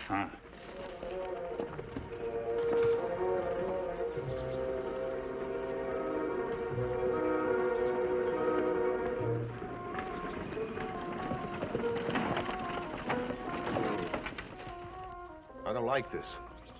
Someone camped here last night. What of it? This is a favorite place with people passing through this part of the country. Come on, let's go ahead. The sooner we get things settled with this Dillon girl, the better I'll feel. Come on. It's odd that man should be so concerned about someone camping here last night. Them drive buckboard, too, Kimasabi. You mentioned a girl named Dillon. This watch belonged to a man named Timothy Dillon. We follow them? Yes. Madeline Dillon had grown accustomed to her father's habit of spending the night in town on occasions when he worked late, and ordinarily she didn't worry. But this time it was somehow different. She sensed that something had gone wrong. Good morning, Madeline. Is your father at home? No, he didn't come in all night. I presumed that he stayed in the hotel in town. We already checked there. Well, where can he be? Maybe he decided to take a trip someplace. His horse is still in the livery stable, but he may have boarded a stage. No, Dad would never leave town without letting me know. Something's happened to him. I knew it. I just knew it. You knew it, Madeline? You mean that your father's been acting peculiarly of late? Oh, no, of course not. It's just a feeling that I've had that some sort of an accident's happened to Dad. Why did you ask if he's been acting peculiarly? Well, Go on. well, it's just that... The irrigation fund is missing from the safe. It seems kind of funny that your father disappeared at the same time. Oh, Charles. Oh, but surely you don't mean... Of course not, child. Why, I'd trust Timothy Dillon with my life. I'm sure as soon as he shows up that everything will be explained to the sheriff's satisfaction. The sheriff? Oh, it'll have to be reported, of course. A considerable amount of money is involved. I see. Well, I'd better be getting back to town. Would you like Charlie to stay here and keep you company? No, thank you. I'd rather be alone. I just want you to know, Madeline, it won't make no difference the way I feel about you, even if your father is an embezzler. An embezzler?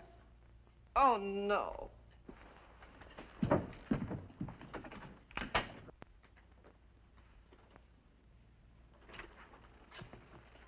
Miss Dillon, How did you get in here? we came in through the back door. We overheard everything that was said. Now, you not be afraid. Him your friend. Friend? A masked outlaw? This mask works on behalf of the innocent, and I have reason to believe that your father did not commit any crime. Have you ever seen this before? It's my father's watch. Where did you get it? Prepare yourself for a shock, Miss Dillon. Go on. We recovered it this morning from Satan's Gorge. Satan's Gorge. I was right. Dad did have an accident. It was no accident, Miss Dillon. Kimasabi think your father murdered. Murdered? But why? I have reason to believe that your father was killed to cover the tracks of whoever really embezzled the irrigation fund. But who would do such a thing? Who else besides your father had access to the safe where the money was kept?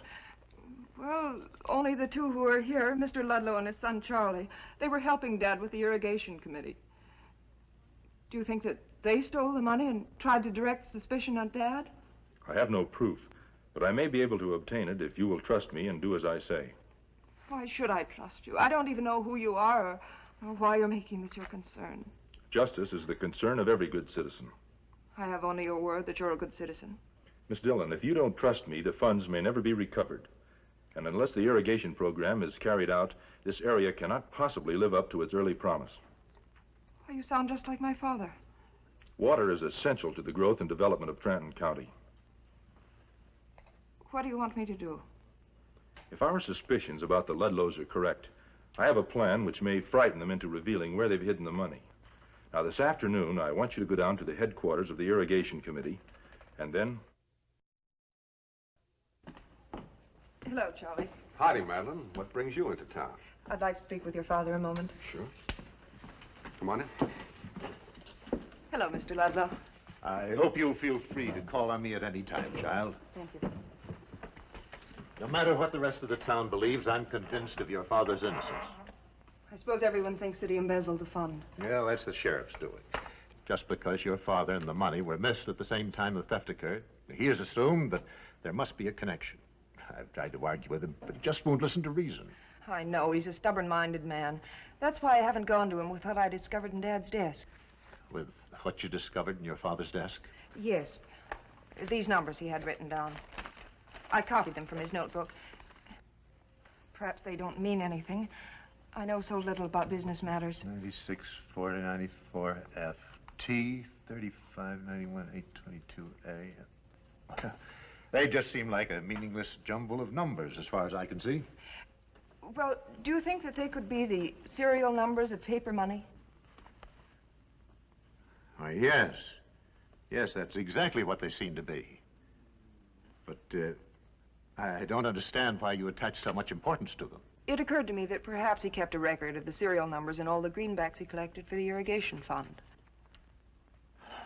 Why would he have gone to such trouble? You know how conscientious he was. Would have been just like him to have kept such a record in case the fund was stolen.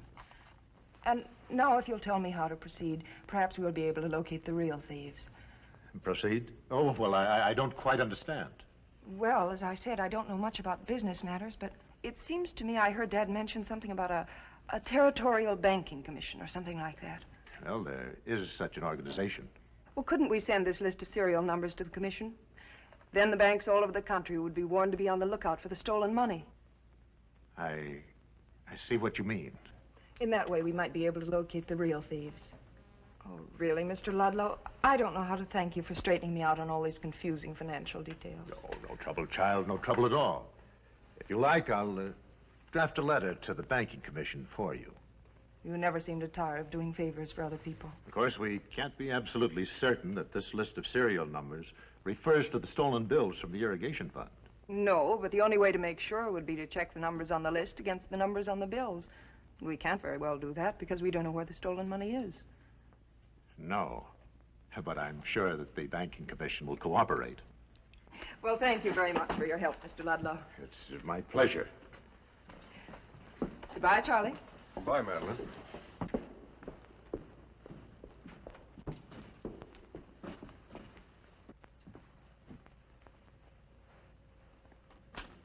Want a match?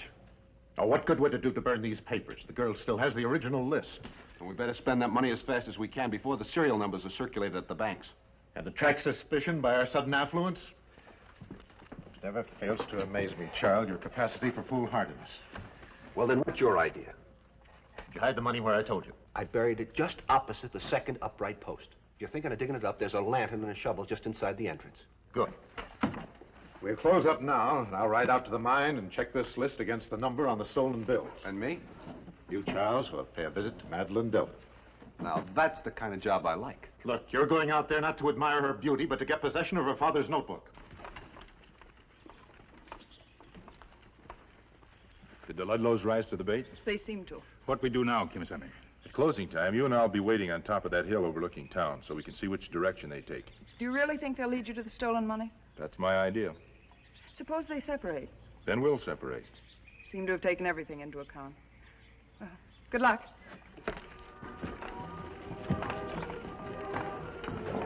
After closing committee headquarters for the day, the Ludlows rode out of town together.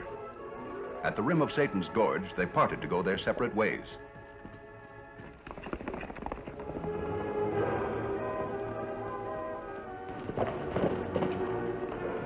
Split up, Tonto.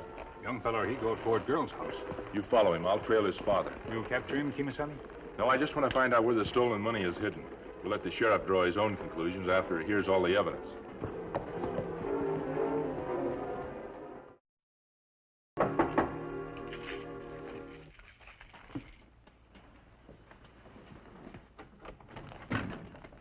Howdy, Madeline. Why, Charlie. Is your father here? No, he had some business to take care of. There's an important matter I want to talk to you about, Madeline. Well, go ahead. Well, I've been kind of worried about you lately. About me? Why? Well, you're being all alone in this big house. And nobody to protect you in case robbers break in. Sweet of you to be so considerate. I'd feel a lot easier in my mind if you let me take care of your valuables. You know, like important papers and things like that. You're just like your father. Always doing favors for people. Oh, but you're not people, Madeline. You know how I feel about you. Please, Charlie. Look, Madeline, I've been crazy about you for a long time. Oh, you're unspeakable. But I love you. I want to marry you. Marry you? After you murdered my father, you dare to try... What'd you say? Nothing. Nothing. You said I murdered your father.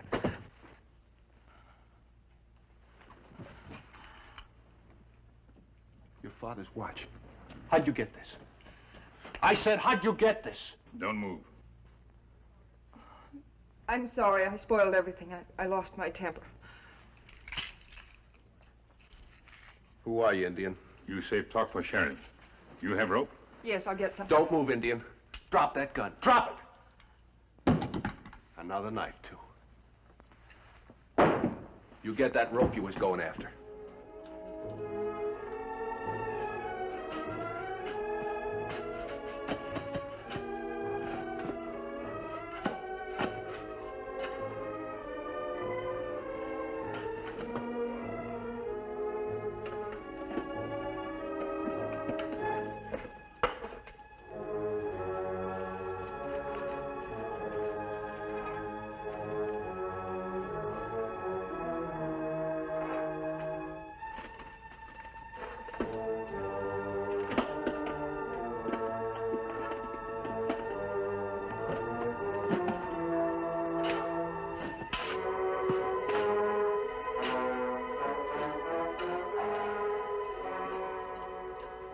Having satisfied himself that the serial numbers on the stolen money did not correspond to the numbers on Madeline's list, Martin Ludlow hastened to rejoin his son at the Dillon home.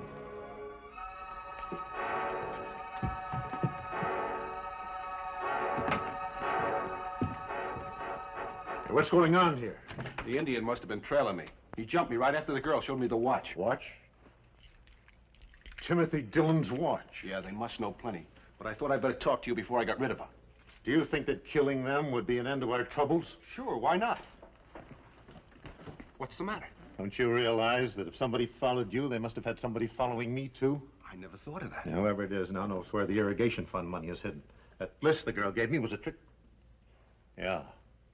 Somebody out there in that clump of trees. Whoever it is must have sensed something went wrong. They're moving awfully cautiously. Look, we go out the back way and circle behind him. He must not get away.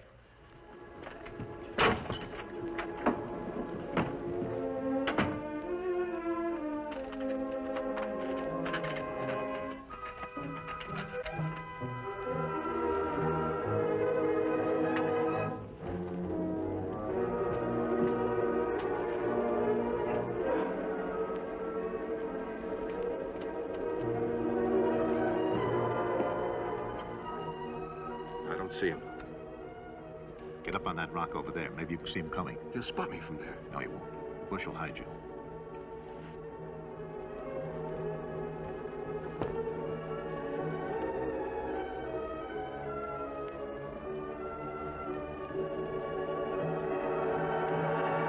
Hold it, mister. Don't move. You're covered.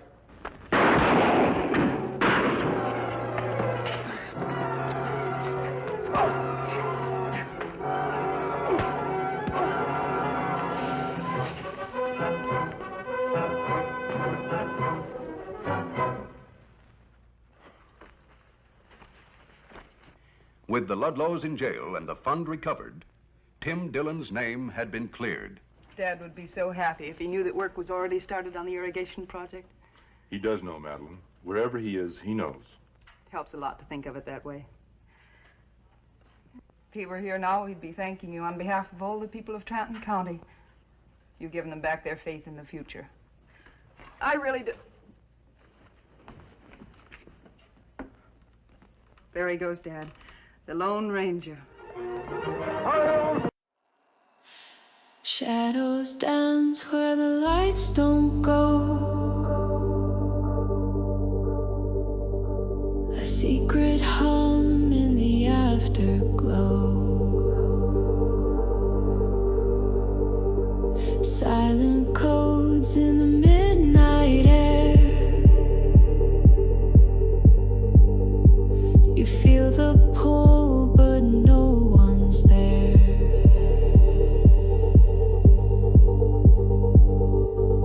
Whispers in the neon calling your name. A puzzle in the dark, no two nights the same. Electric echoes, they're under your skin. A labyrinth of sound, let the game begin.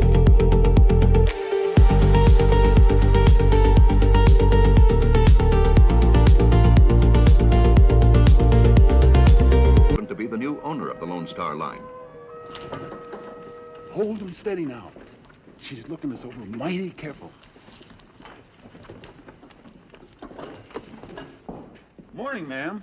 I reckon you must be Mrs. Martin. Miss Martin. Oh, well. My friends back in Omaha call me Nell, and you're, My friends call me Whip, Miss Nell. Oh, yes, Mr. Bixby wrote that you'd meet me, but you're late. An hour and 47 minutes, to be precise.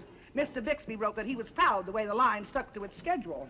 Nothing against Mr. Bixby, ma'am, but those horses aren't what you'd call whirlwinds. All this luggage yours, Miss Nell? It is. I plan to be out west a long time, Whip. Yes, ma'am. Just make yourself comfortable inside, Miss Nell. Whip, why don't you ride inside with me? I'd like to learn just a little bit more about the Lone Star Line before I take over for Mr. Bixby. Be happy to ride with you, ma'am. Hank, give me a hand with this luggage. We'll be on our way to San Felice as soon as we get your things loaded, Miss Nell. Thanks.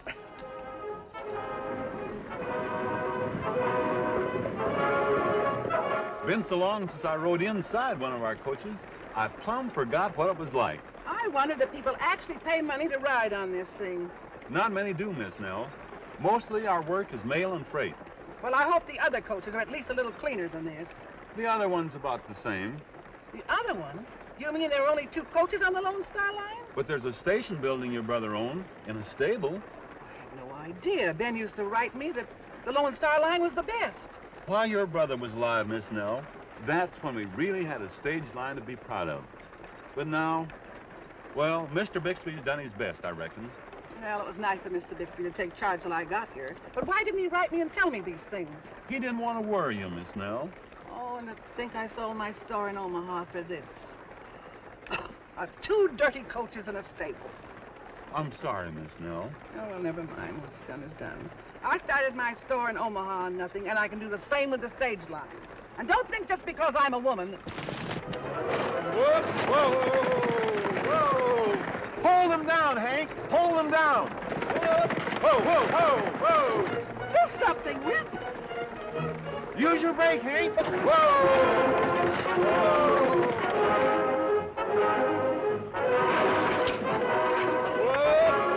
Come on, Tonto.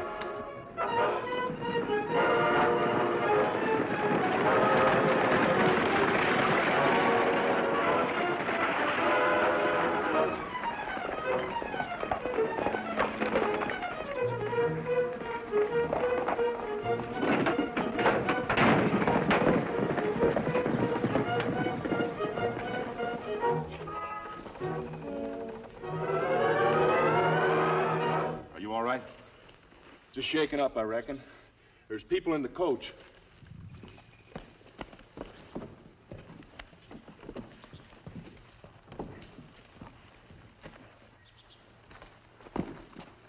Are you hurt? Takes more than a turnover to bust my bones. You're masked. You and the engine.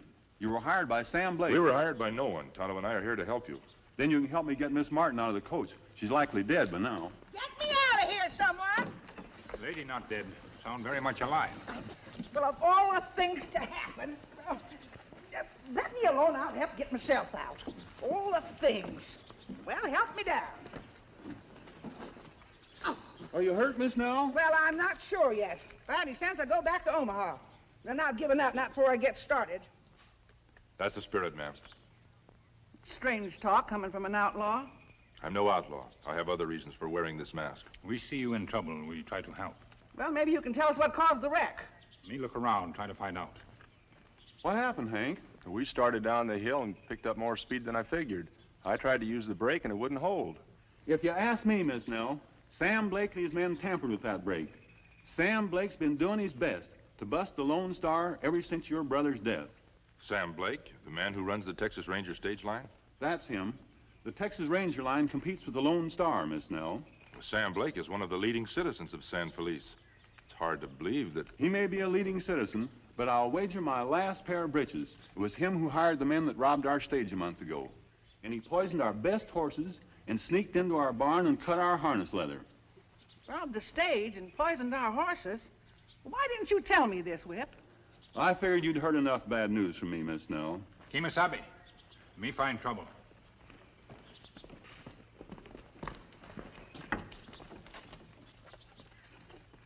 Someone has sawed those brake rod bolts more than halfway through. Sawed? Someone fixed those stage turnover. Whoever it was knew you'd be carrying heavy luggage, counted on the extra weight to make the brake rod give way. But why? It's like I've been saying, Miss Nell.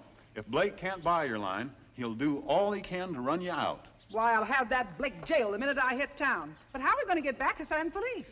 Between the four of us and with a little help from Silver, I think we can right the coach. Horses stop down road. Me bring them back. Well, I don't know how to thank you for all your help. We're glad to be able to help you. First of all, we'll remove all the excess weight from the coach. Then we'll get some strong ropes and tie them up here on the...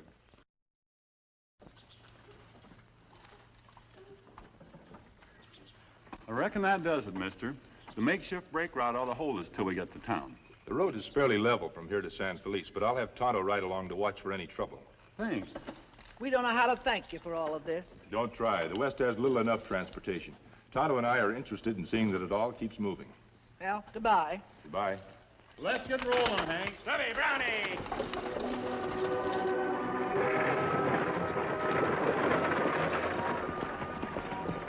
Me follow stagecoach, Kimasabi. Where you... I'm going on into San Felice ahead of the stagecoach. I want to have a little talk with Sam Blake. You think him man who make trouble for Lone Star Line? I don't know, but I have a plan in mind that may expose him if he's guilty. Meet me later in that grove of trees by the creek south of town. Ah, me do, Kimasabi.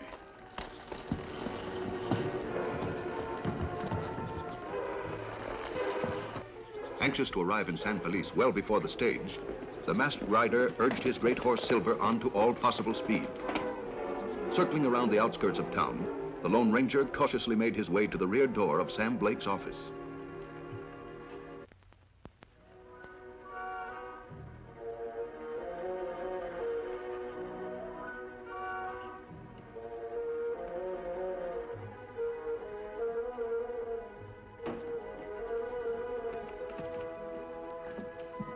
Mr. Blake? Yep.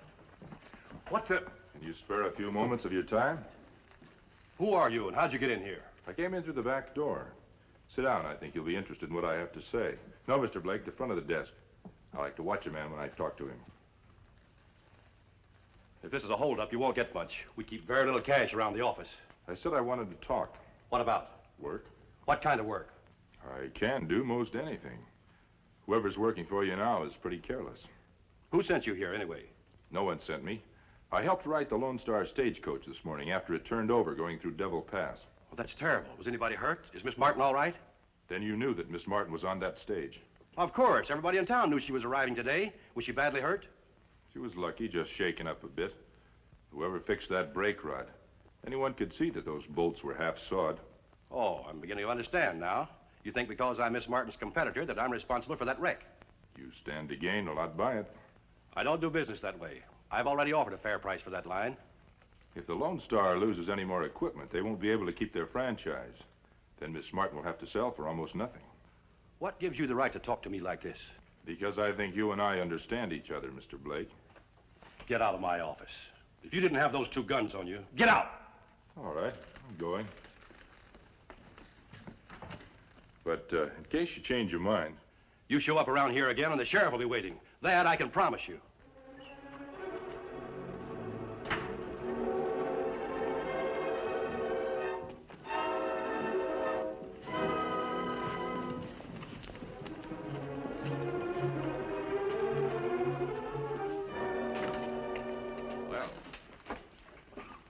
Mr. Blake, what can I do for you? I came over to see if Miss Martin had arrived yet. I heard the stage had an accident. An accident? Yes, but I understand no one was hurt very badly. Tell her when she arrives that I came over to pay my respects, and there's something rather important I'd like to discuss with her. If it's a business matter, Mr. Blake, you can tell me. I'm still her manager. I prefer to speak to Miss Martin personally about this. Suit yourself, Mr. Blake. I'll tell her you called. Thank you. I don't like it, Bixby. How did he get word about the wreck so fast? What difference does it make? The main thing is he gets blamed for it. Now stop worrying about it. That's easy for you to say. You just give the orders. What if someone was around when I sawed that brake rod? You said Whip and Hank were watering the horses. So they didn't see you. Yeah? So what's there to worry about? What makes you so sure people will think Sam Blake sawed that brake rod? How many times do I have to tell you to? Whip is certain that Blake poisoned the horses and cut the harness leather. If he hasn't convinced Miss Martin by the time they get here, well... Then she'll be the one to bring charges against Blake. Now you're catching on. We stay clear and look real innocent. From then on, it's simple. We break the Lone Star line. Frame Blake into jail at the same time. He can't run his company from the jail, so we buy his equipment cheaply and get the mail contract. You make it sound so easy, boss. It is easy. You and Spike follow orders and you... It's Miss Martin. Some Indian rode into town with her coach. All right, you two clear out of here. I'll call you if I need you. Right now, I want to make a good impression on Nell Martin before she returns to Omaha. I got a feeling she's not going to like it in San Felice.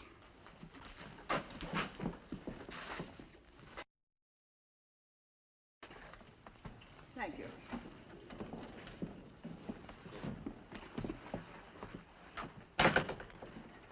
You must be Mr. Bixby. Yes, ma'am. And you're Miss Martin. Welcome to San Felice and the Lone Star Line. Mr. Bixby, the most terrible thing happened. The coach turned over. Luckily, no one was hurt. Whip and the other man are taking it down to have it repaired. Whip tells me that Sam Blake's behind all this. I want that man jailed. Do you understand, Mr. Bixby? Blake? Sit down, Miss Martin, and tell me all about what happened.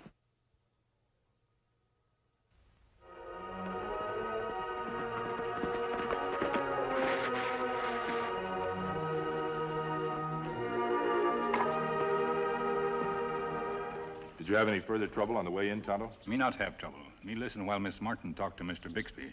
He very sure Sam Blake crook. He sounded like anything but a crook when I spoke to him. I hate to see charges pressed against an innocent man. Bixby say Blake want to buy line cheap. He told me he offered to buy the line at a reasonable price. When Ben Martin was alive, there was never any friction between the two companies. Why should trouble start just when Bixby takes over? You think Bixby man who make trouble? We don't know who's responsible, but we must try to find out. It's important that the stages be kept running. Nothing must block the expansion of the West. What we do, Kimasabi? I think we'd better have another talk with Miss Martin before we do anything further. I didn't come all the way from Omaha to sell my line, and that's final. That's not what I came to see you about, Miss Martin. I came over here to warn you about something. Save your breath, Blake, and get this straight. You do one more thing to ruin my business, and I'll have you thrown in jail. Now, if you'd only listen to me for just one minute... I've listened to more than I intended to. And the minute Mr. Bixby gets back from that store, I'm having him take me to the sheriff and demand that you're locked up. You're making a mistake, Miss Martin, but if you're entirely The too only stubborn... mistake I made was listening to the likes of you in the first place. Goodbye, Mr. Blake.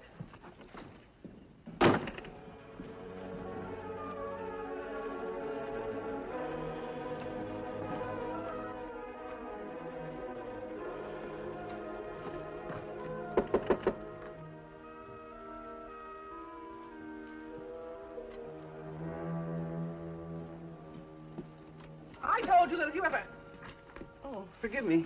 Come in, gentlemen. I hope we're not intruding, Miss Martin. We wanted to talk to you about Sam Blake. Well, Blake just left here. He said he wanted to warn me about something, but I wouldn't listen to him.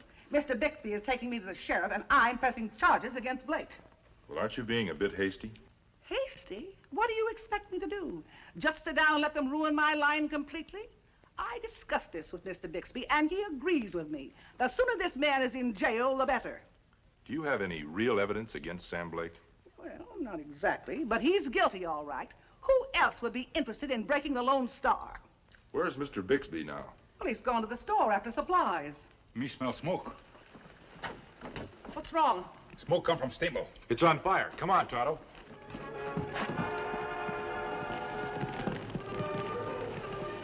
Keep clear, Miss Martin. We'll handle this. Come on, Tonto. Why? Keep that flame up.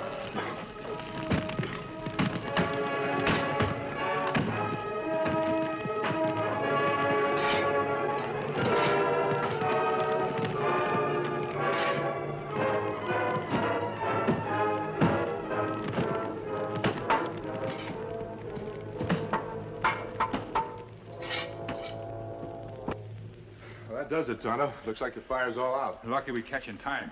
Yes, it wouldn't take long for this entire barn to burn. It seems odd that none of the stablemen were around. Kimasabi, look. What about it? Texas Rangers stage line. Sam Blake's line. Now do you doubt that Blake started the fire? I admit it looks bad for Blake.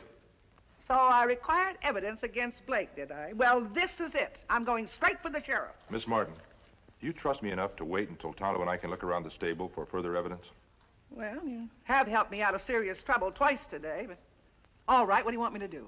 Take this coal oil bucket and wait for us at your quarters. If Mr. Bixby comes back, keep him there until we can join you. Well, I don't understand it, but all right.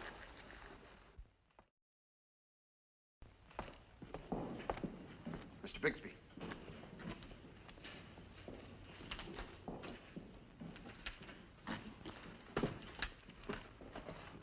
I told you not to be seen with me. It was hard enough making an excuse to be away while you set the flames. Well, there's been trouble. Before the fire did much damage, somebody put it out. Put it out? You blundering idiots. I told you to make sure the flames would catch. Who put it out? It looked like some masked man and an Indian. A masked man and an Indian. Likely the same two she told me about. Helped her when the stage turned over. I wonder what they want. I don't know, Bixby, but I think we ought to get rid of them. Fast. Don't worry, I can handle them. Did you plant that evidence? We left the coal oil can. They must have found it. Well, I hope you two didn't leave any other evidence. That would implicate us. We didn't bust it, would you? Well, you better get back to the stables and make sure. And don't let anybody see you nosing around. We won't, boss. I've got to get back. I want Miss Martin to press charges against Blake right away.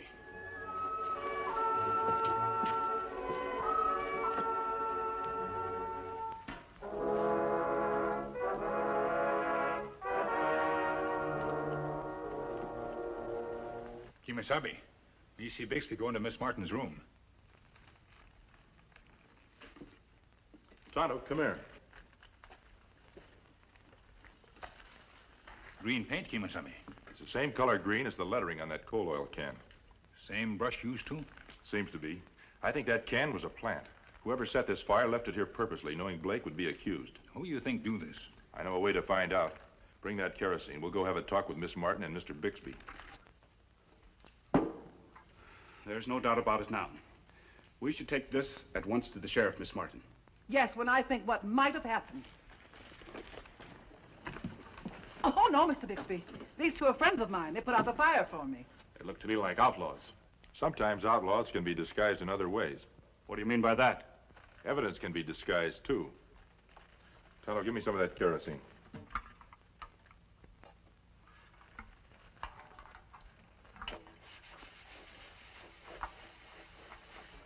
I was right, Tonto. It is fresh paint.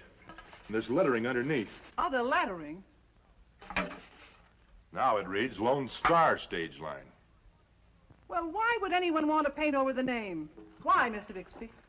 I really can't understand it. If you look at the green paint on Mr. Bixby's right hand, that might explain things, Miss Martin. Why, you meddling... Don't draw. Drop your gun. I trusted you, Mr. Bixby. How could you do this to me? You can't prove anything against me? We'll let the law decide that. Tonto, I'll keep him covered while you get the sheriff. Everything looks all right to me. We didn't leave anything. Who's that? It's that Indian again. We better take care of him this time.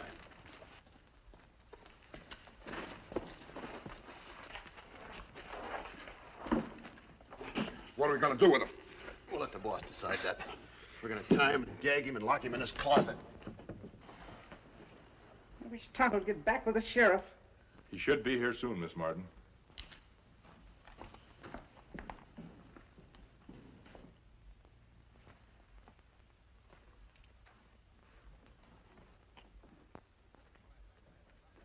All right, masked man, drop your gun and reach. Blake, you don't understand. Shut up and get your hands high. I warned you, masked man, not to stay around here. Now then, we'll all take a nice little walk down to the sheriff's office. We're not going anywhere. Drop that gun, Blake, or you get a bullet through your back. What? Drop it. Bixby, you won't get away with this. Remember, Tonto's gone for the sheriff. By the time they get here, it'll be too late. For all of you. I'll get moving towards the barn.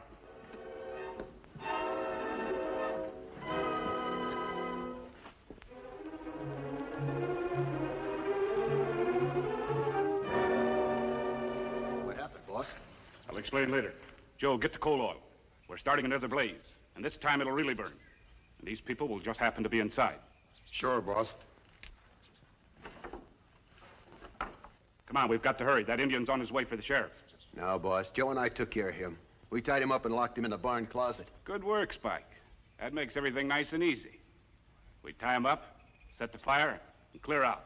All right, all of you, inside.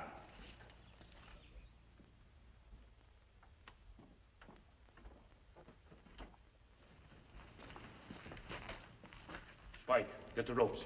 Joe, you spread the coal oil out. I'll keep them covered.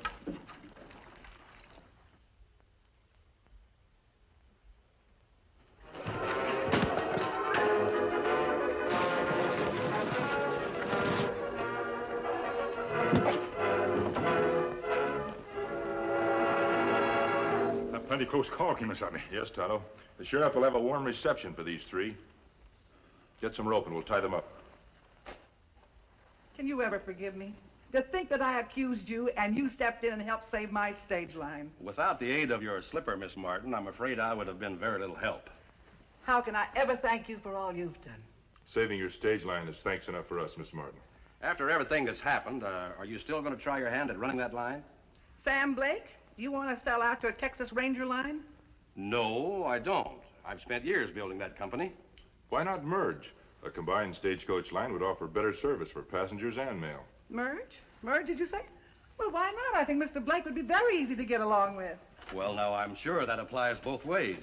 Well, we might even merge our names. I mean, of our companies. Oh, yes. Yeah, we could call it the Texas Star Line. Well, better still, we could use our other two names for our companies and name the new line after the man who made it possible, the Lone Ranger. Hi-yo, Silver!